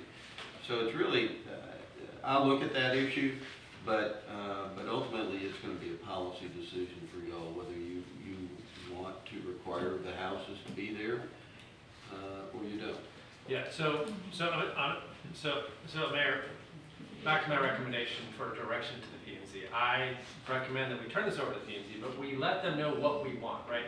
We want to be able to allow for the resident that you just mentioned to be able to do that. I think that's reasonable. We want somebody to build across the street, build their boathouse first, then build their house. If that involves some sort of time frame, fine, that those details need to be worked out and recommended and studied by the P and Z. But what we don't want is the example that I gave earlier of somebody, and we also heard from one of the citizens, Sweetwater's coming. Somebody could buy a piece of dirt, they could build a boathouse, and they never have any intention on building anything else other than that boathouse. I think that's what we don't want. So that's my recommendation, is that we just give some guardrails to the P and Z about what we want, what we don't want, and let them come back to us with detailed recommendations. One of the things that we did months ago when we started our JLAC thing, and also when we started trying to take care of the LDR and television and all of the rules and everything else, and we came up with a task order. And we said that from here going forward, we were going to use a task order to give to the council rather than, or excuse me, to the P and Z. I believe that's what Eric's talking about. I believe we have that in place. I believe that we should gather that together. It's probably on your file. If it's not, it's on mine because I created it. So why don't we go ahead and print that out, get that to each council member, have them fill out their portion, and we can get and task the P and Z to move forward. Okay. And we can do that. We have another meeting on the 10th, so we can do that fairly quickly. Right. I just have one more comment. I know we're not Bay County. I mean, we are part of Bay County, but we're Mexico Beach. But as you read Bay County's land development code, it kind of fits. Accessory uses and structures allowed in R1 zones are as followed. All other are conditional uses or prohibited uses. Accessory uses and structures are allowed only when a principal use or structure exists and can be located only in a side or rear yard, except in the case of residential docks, piers, and boathouses. So kind of, their accessory, it kind of sums up what we're talking about. You know, obviously, we don't need to just mirror them, but they've written their ordinance in a manner that says, yeah, you can't have these others, but you can have the dock and the boathouse. And I just wanted to slip. No, let's get away from boathouse. It's not the boathouse. But it's under their accessory uses and structure. So we're not. It's obviously been talked about in other municipalities. I'm sure if we look around, we could find more. But first thing first is to get it to P and Z. All right. So get their opinion on it. So Mel, get that, city administrator, get that printed out and get it to each council member. Go ahead and fill it out, and then you'll consolidate it. Is that good? Yeah. Anything else on that, city administrator? Not at all. But I do like the differentiation between boathouse and a slip. I do too. I think we're talking more Yeah. slip than or boathouse. Slip, it makes a lot more sense than a boathouse. Correct. Yeah, you might want to get a hold of Laura and get her input also on that. I warned her that this is forthcoming. Right, okay, thank you. All right, moving to the next thing on the agenda is St. Joe Company maintenance contract. Joe Drive. Well, Your Honor, I jumped the gun on this one. It should be on next week's agenda and not this one, so I respectfully request we move it to the kick that can down the road for a week. Council good with that? Okay. Why do you think St. Joe Company's coming up with this at this time? You know, kind of going back to the same thing with the two subdivisions, like why would St. Joe all of a sudden want us to take that over? Discuss it now or next week. Yeah, well, we can, but food for thought. Right. Might be one you wanna have an answer for. I got it. All right. Moving on to date change for November the 11th. Number 5. Or number 6. I'm sorry, discussion on time meeting for council. I've heard from a lot of different people on this, okay? And there's been a lot of conversations whether we keep our 6 o'clock meeting at the end of the month and go with the 9 o'clock in the morning at the first meeting of the month. There's been some conversation of just going with the 9 o'clock both ways. I personally, as a mayor, am open to whatever way the council wants to agree to go. There was a strong group that wanted to have night meetings, but I tell you, the numbers don't change at night. They don't change at all. So I'm open to whatever the council wants to do and what's good for our city. I'm thinking, you know, of course, it would save the city money if we did it at 9 and 9, but I'm also concerned about the two people on the city council that are still working and how that affects your schedule and your jobs. Would that be a concern for y'all? Yes. Be a concern, you know, my job. Yeah, a little flexible, yeah. And to be honest, I don't want to be it's up to, it's a citizen thing, it's what people think, but I'm not a night person. But I'm here to serve, so it doesn't matter. The 9 o'clock doesn't matter. So I always want to, my first priority is to make this meeting more accessible to the citizens. That's my first priority. Second priority is, does this work for me or not? It sounds like the numbers don't change. I work full-time. My employer lets me carve out the first or the second Tuesday of the month at 9 o'clock, but I would prefer that they both be night meetings. That's number one. Number two is, if they're not night meetings, then I would just advocate that we keep what we have. First meeting at 9 o'clock, second meeting at 6 o'clock. Having said that, I'm here to serve. I'll make it work no matter what the decision is. Mr. Scott. I'm good either way. I think it's kind of nice to be able to eat dinner at 6 o'clock, but, you know, instead of 8 or 9, but. Yeah, and I know we keep employees, like Ms. Hamilton said, only Cost to the city. pass the cost of the city and their families and stuff too, but I know that when they took the jobs, they knew it, so, like I said, I mean, if you're asking for opinions, I'm not a lot person. Yeah. Let's go ahead and ask that then. Staff, city clerk, any comment? Yes. I prefer the 9 o'clock meetings, actually.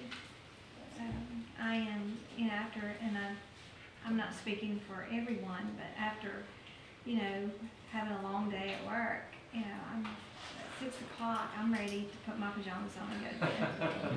So it's a lot, but it's part of my job, so I'll do, you know, of course I have to do whatever I decide, but it makes a very, very long day. But I only live 3 minutes from here, so that's not a big deal. But for those that have to travel, you know,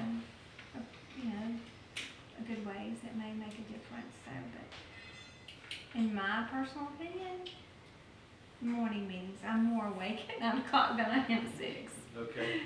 Julie, any comment? I would piggyback on that.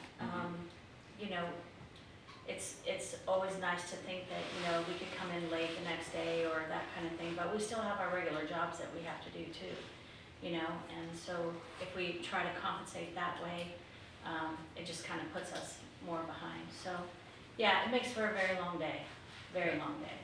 All right. And for those of us, like, I mean, I know Mike lives in Apalachicola, you know, Sandy lives in Panama City. After being here all day long and then having to make that long drive home, and Eastern time zones too. You know, Any comments from, any of you guys on that? Yeah. If I wasn't so long-winded, we get hungry. Those somebody holds us We up. know it's part of our job, but. Yeah. Any comments from the citizens?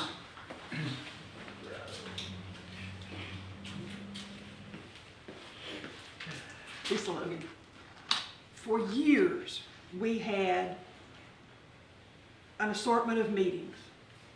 A lot of them started at 4 o'clock, regular council meetings. Then they became at 5 o'clock, then they became at 6 o'clock. Some of them, then they went back to 9 o'clock and 5 o'clock, 9 o'clock and 6 o'clock. There's always been meetings after working hours. The arrangement always was, if city staff stayed for the evening meetings, then they took off a couple hours the next morning. I don't know if that is still in play. If it's not, I don't know why not. It worked for over 30 years, so you might want to throw that in there. We've always had a mix of meeting times and accommodations given to staff. Maybe consider going back to the 4 o'clock meeting. Y'all close the office over there at City Hall at what, 4:30? Well, if it's at 4, make it 4:30. So you just come straight over to the meeting. You get out in hopefully 2 hours. The other thing is, don't let the meetings run over 2 hours, y'all. But there are other options. So you need to look at that because it worked for a very long time without any problems. And then here we have problems. I don't quite see why. Any other comments on the meetings? John Harold, 43 First Street, last house in Bay County. I was with that group of people that wanted a night meeting. Matter of fact, I spoke before the council or the town hall meeting as the spokesman. I believed in it, but I don't see the numbers like we're talking about. And then Tammy threatened to not like me anymore. So I'm thinking maybe we ought to have them at 9 o'clock. I mean, you know. Oh, you're easily swayed. Well, if it had been Julie, I'd have been up here even quicker. But I understand their point of view. And they know where I live. I understand not wanting to work late, especially if they don't get comp time for it. And I truly believed in the night meeting. That's why I spoke up so highly for it. But I don't see the numbers. I think more people watch on Facebook, and hopefully when it goes to YouTube.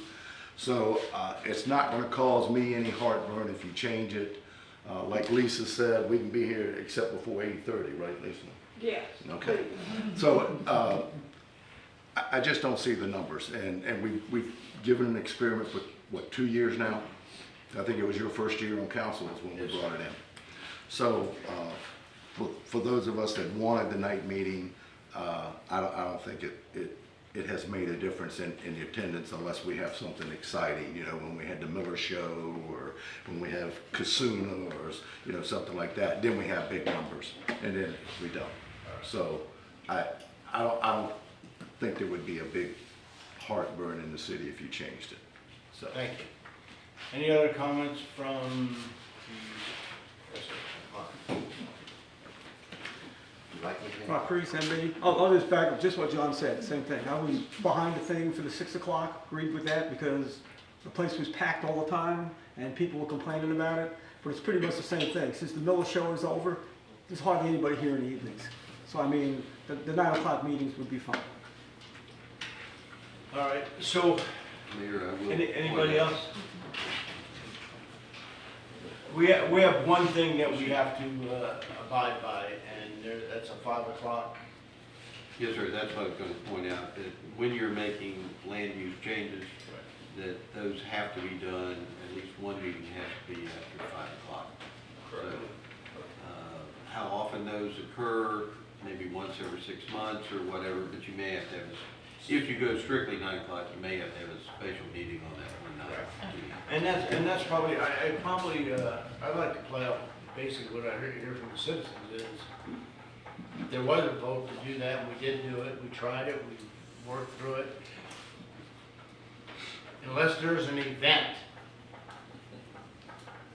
we don't get a lot of participation. So I think that if we have an agenda and we need to do business, we can do business 9 o'clock.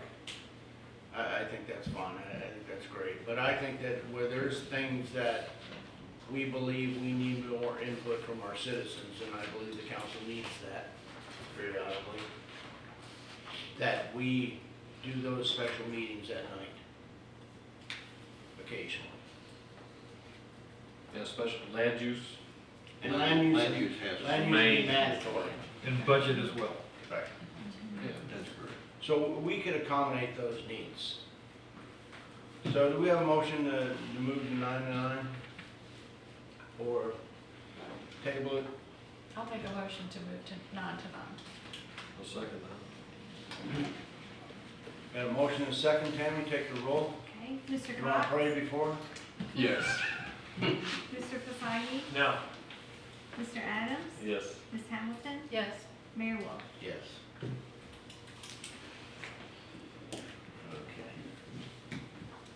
Okay. We are moving on to date change for November the 11th. Yes, we discovered that our annual list of our meetings lists our first meeting in November on November 11th, but as we all know, that is a holiday. And I know our staff won't be here that day. I'd like to think that there's enough respect for Veterans Day that we wouldn't either. So we need to change that if the council so desires. So agreed? Agreed. So agreed, are we good with moving it just to the next day? So we don't get too much confusion, is that good? We can do that. November 12th, sure. Yes, sir. Not So be it. All right, so we are taking, eliminating November 11th and moving it to November the 12th. At 9 a.m. 9 a.m.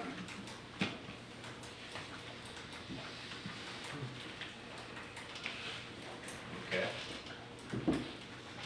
I think we've covered everything on there. We'll go ahead and move to citizens' comments. Back again. John Harrell, representing the Special Events Committee of Mexico Beach. Registration's open for 5K fun run. So please, this is one of our fundraisers for the fireworks. So please, please, please, if you know somebody that can walk, crawl, run, have them enter. We need as many people as possible. Second thing is there's been some confusion on the fireworks. So I'm here to let everybody know that the fireworks had to be moved because of migrating birds' nest. With Chief Walker's help, we looked at a couple spots and then we found out there was birds' nest there. So we went down to the east side of town where 386 and 98 meet. We measured that. Well, of course, Sandy did all the measuring. I was just hanging around to find out if we could shoot them off from there. And I'm sorry, Mel won't be able to see them from his balcony. I heard about that. Sandy said I only wanted it down there so we could see it from the last house in Bay County. I wouldn't have to leave my front yard. But that's not true. That was the really a unique town, the way it is situated. And for most people to see it, you have to shoot from the beach, because if you don't, there's brush, there's houses, there's buildings, so we have to shoot it from that area. So that's why it's been moved. I know some people say, oh, we've had it the other in town for so many years, but we can't do it anymore. We have to have it from there. We're lucky to be able to have it from there. And what I understand from Chief Walker is entrance A, B, and C, a couple hours or so before the fireworks will be closed. And we just have to move everybody back. Right, have to move them back. Lieutenant Williams, who is gonna help us get the fireworks out there and everything, says 98 will be taken care of. So we're all good there. So that's to let everybody know, clear up all the confusion that's been on Facebook. It's gonna be on the east end of town. You can still see the fireworks anywhere from the beach. Please. And everybody says, well, what about the people over there at St. Joe Beach? They're gonna get to see our fireworks. They come to our gumbo cook-off, they enter our runs, they spend money in town, so please let them enjoy it too. Plus, on the 6th, they're shooting fireworks off there for their 100th celebration across on the beach from veterans. So if y'all wanna see some fireworks on June 6th, they're gonna be available and we didn't pay for them. How about that? So that's just to clear it up. Thank y'all. Thank you. Any other comments from the citizens? Citizens' comments closed. Moving to council. Any council comments? Did we do any follow-up on the food trucks, Tim? Were you gonna follow up on that? I saw some information come in. Mel and I just have not had a chance to sit down and outline what we're gonna propose to y'all. But Mel and I are also meeting after the meeting next week. And so we can include that as part of our discussion. So it would be on the agenda for the next one? Not for the 10th, but the one after that. Okay. Yes, ma'am. Any other comments from council? I've had no less than 3 fishermen, 3 part-time residents, we'll call them, complaining about, and this goes back to the boathouses on the canal. They have fish cleaning stations, and Chief Walker knows where this is going. Is they're going in and out of the canal, these guys come in, clean their fish, and throw their carcasses in the canal instead of taking them to our cooler. Don't know if there's anything on the books. We just need to make people aware that possibly we could fine them for throwing their snapper carcasses in our canal. So that's all. And that's a state violation as well as a city ordinance, right? Honestly, I'm not sure about that particular thing, but I have been keeping an eye on it, and, you know, obviously since I got a phone call myself regarding, I've seen only one head myself. I'm not sure if that's other people cleaning it up or what. It certainly isn't me or me asking somebody else with, you know, with the boat to do it. Do you have a contact at WC? Yeah. Why don't you call them and ask them that question? Yeah, maybe they could help us with that. But I know for certain we ask people not to do it because we have the fish cleaning and, you know, and the cooler. It was a problem before that was put in way back when, and that was one of the reasons why the city put it in there. Everybody's throwing everything over at the time. There's not been as much of it since the first weekend of the snapper season. And my experience has been too, most people do take advantage of the cleaning station. Oh, very It's much. convenient. I was talking to a person today down the city slips, and they said it's the best facility they've ever come across, and they travel all the way around Florida. But it happened last year, just at the first few days of snapper season, then that problem went away again. It just tends to be that very first weekend, everybody only want to just get that, fill it onto the barbecue or under the frying pan and go eat it, and they lose their run themselves. But we will keep an eye on it for sure. Yeah, we did a big blanket on that here years ago after, and really got it straightened up. Maybe we just a little more, but it's those few that are, they're just not gonna. Well, who knows? I mean, but there is a law. I mean, it may be someone allowing someone to use their property too that is unaware that this place is even over there. Who knows? We can, I'll get together with you and put some stuff out on Facebook as well. I want to put stuff out on Facebook in regards to the fact that hurricane season started. So we can do a couple of those on the next couple of days and just maybe put it into the rentals team and let people know about it when it comes to rentals. And don't hit the construction dumpsters, please. The construction dumpsters. All right, any other council comments? All right, mayor comments, I only had a couple. Council, we're meeting again on the 10th of June, 9 o'clock. And why don't you come prepared to talk about the city administrator update as far as the search firm and any other developments that are going on with city administrator that we want to discuss.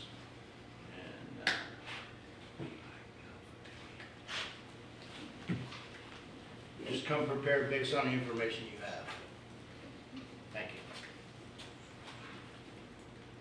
you. The other thing I had was Thursday, 10 in the morning, meeting with Sweetwater developers they want to meet. I'll meet with them with Mel and listen to what they have to say. We'll talk about it on the 10th. Would there be any reason why they just wouldn't come to a public meeting and speak to all of us? I think they're not prepared to do that. I think they just want to find out what's going on in the city, just an update. It's pretty normal. It goes on all the time.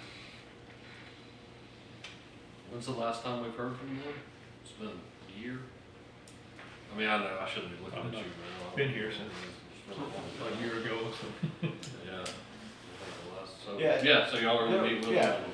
Mel and I meet with them. We're all listeners. We're all ears. We're not making any commitments or anything. We're listening. And we will suggest to them at that point, if there's something they're looking for an answer for, that they need to come to the council. But we'll be prepared based on that. Trash. Are we completely squared away as far as picking up, these times when these guys fill this ice house with all kinds of fish and everything else? And are we squared away with that to have enough to get it out of there on time and rather than let it sit in the back there and permeate the city? Yard? Yeah. Yeah, no, it's not gonna sit in the yard. Yeah, it needs, I was it's off set this last weekend. week and, me and Randy were talking about it this morning, that's not gonna happen. Yeah. Which I've always enforced that, but, I wasn't here, I have to work out there and I'm not gonna smell it, so. Yeah, I had complaints from 2 residents that are on the backside of the canal that they could smell it, because it sat out there all weekend. Okay. But also, that particular weekend was bad because it was a holiday weekend and the dump wasn't open. We're gonna have that every year, so we ought to be able to handle it. We are now, that's the first time it happened. Yeah. That it opened on Memorial Day. Right. So, you know, we got caught this year, but hopefully we'll be smarter next year. Any staff comments? There always are some Always staff staff comments. I want the public and the people watching on the camera to rest assured that when you see us go like this, we're not imaginary demons in the air or anything. There are an occasional little gnat around here we're swatting away, so we're not crazy. We did get our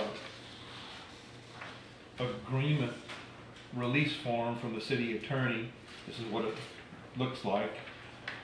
After we got that last week, I spoke with our public works director last night, as a matter of fact, and he plans on having someone at the Shell station, shall we say, the Shell pile, this Friday and Saturday from 9 in the morning until 2 in the afternoon. And the procedure is people can bring their 5-gallon buckets. They will meet with a person on staff, and you as a public will sign this document to say that you won't sell the shells and things of that sort.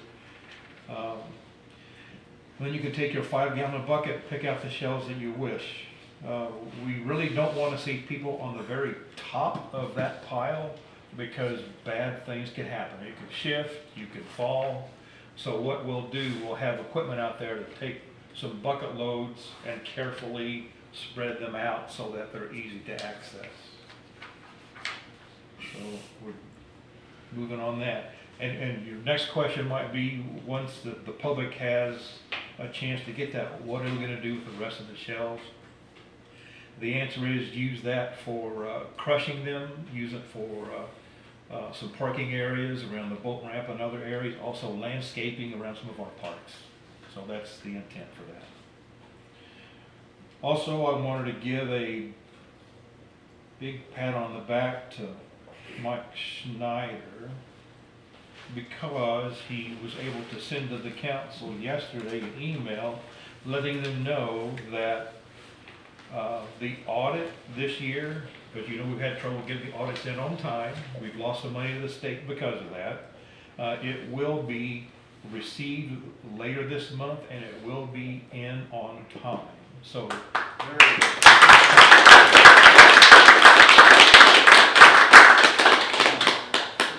and also with a thing concerning Mr. Snyder, he and I will be meeting with department heads later this week into next week with the first crack at looking at their budgets that they want for next year. We're way ahead of schedule on starting that process, so it's good that Mike is keeping us on task for that. Also, there's, I think Mr. Sloan mentioned it earlier, that he's got a meeting with me next week after the meeting on the 10th. There's also a meeting with Kathy, our code enforcement officer. During that time, we're going to make sure we're on the same page with the procedure for code enforcement. We're also talking about some of these nuisance areas around town. I know that's a common complaint from the public. So we'll make sure that we have all of our methods and our potential weapons to help in those nuisance areas around town. Also, rest assured for the public that every Wednesday morning, with the exception of November the 12th, of course, our staff meets at 8 a.m. and our staff is consisted of all the department heads. And one of the great things we do during that weekly time is that we look at what has happened the previous week. In other words, when we had the trash issue Memorial Day, we talked about that Wednesday morning, how to combat that, what's it going to take to make it better, what do we do wrong, what do we do right. And I think that goes a long way to solving any problem, as you look at things with a critical eye to see that, you know, we're not perfect, but, you know, we strive to be. And when you strive to be perfect, you're not going to attain that, but you can achieve excellence. Wasn't that a quote from a famous football coach at one time? But exactly. So we have a myriad of things we do during those staff meetings, and the greatest thing about it is seeing Lieutenant Williams' face that early in the morning. I know he doesn't like that very much. Oh, he's back there. I'm sorry.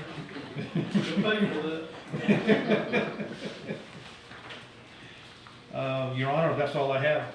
No, it's, I know you mentioned the budget, but I don't want to miss out on the opportunity that we talked about doing the 5-year capital planning.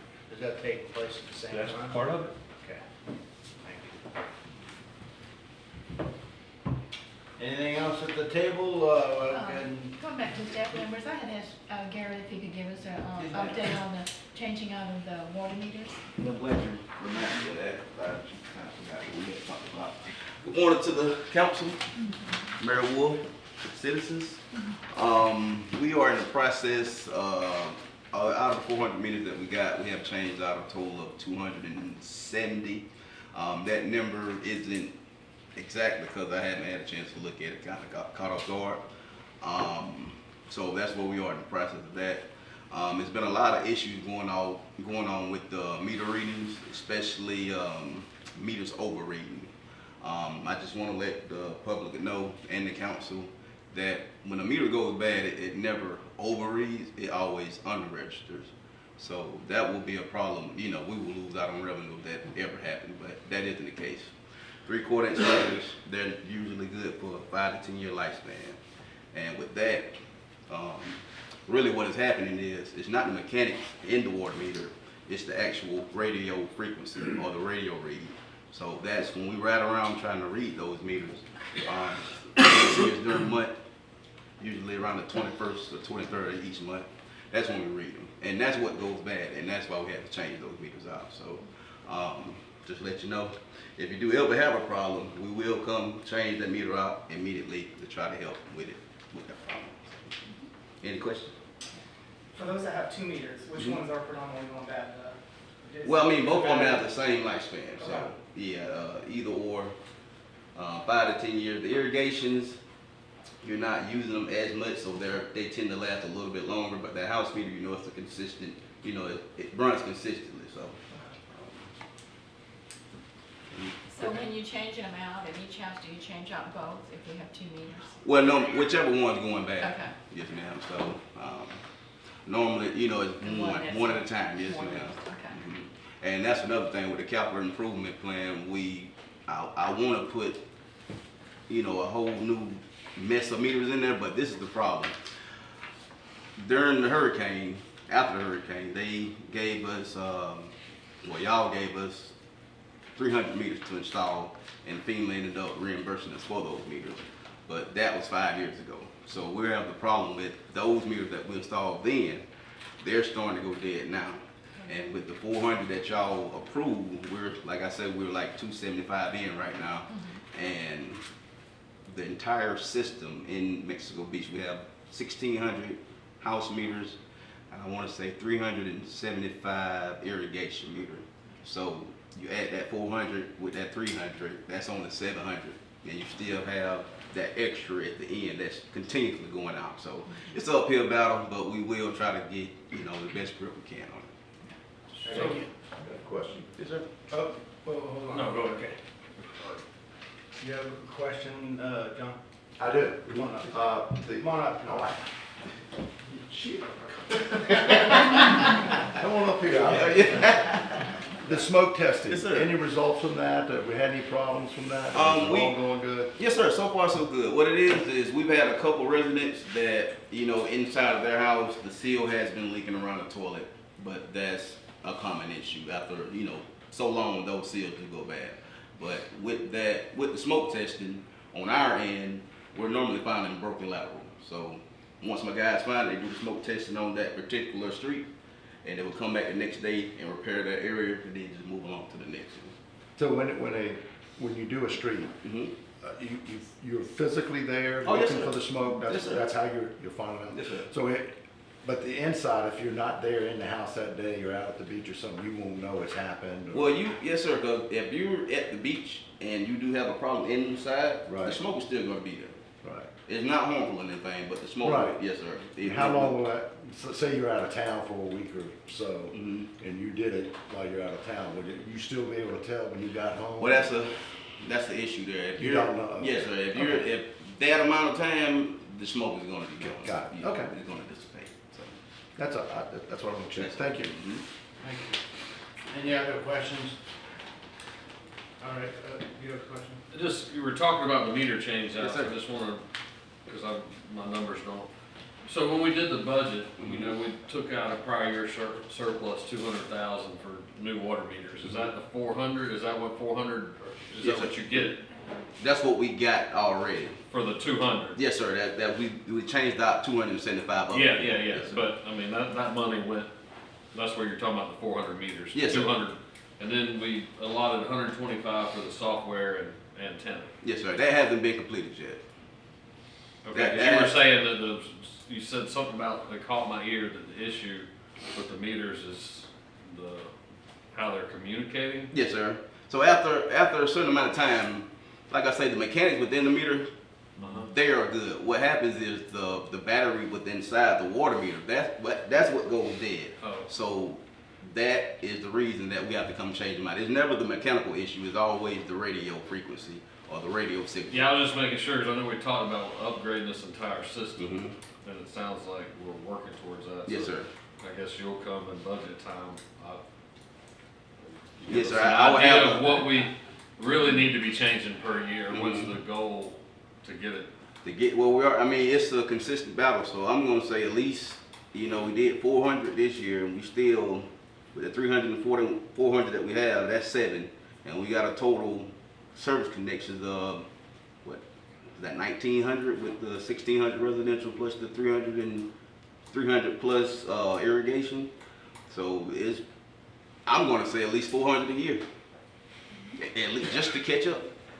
Yeah, that's what we want, I mean, I don't wanna get too much into it. Right, Just, because obviously it's always been a bad, I don't know it's gonna be, but once we get to a point, then you should have a record of, then we get on this, just a time record. Right, If yes, they sir. only last 5 to 10 years, then Right, we'll yes, sir. kinda know. Okay. But I wanna get ahead of the game before. No, we need to get caught up. Caught up, yes, sir, exactly. You guys? Thank you. All right. Yes, sir. Motion to adjourn. I'll make a motion to adjourn. Second. Thank you. Have a good day. Thank you all.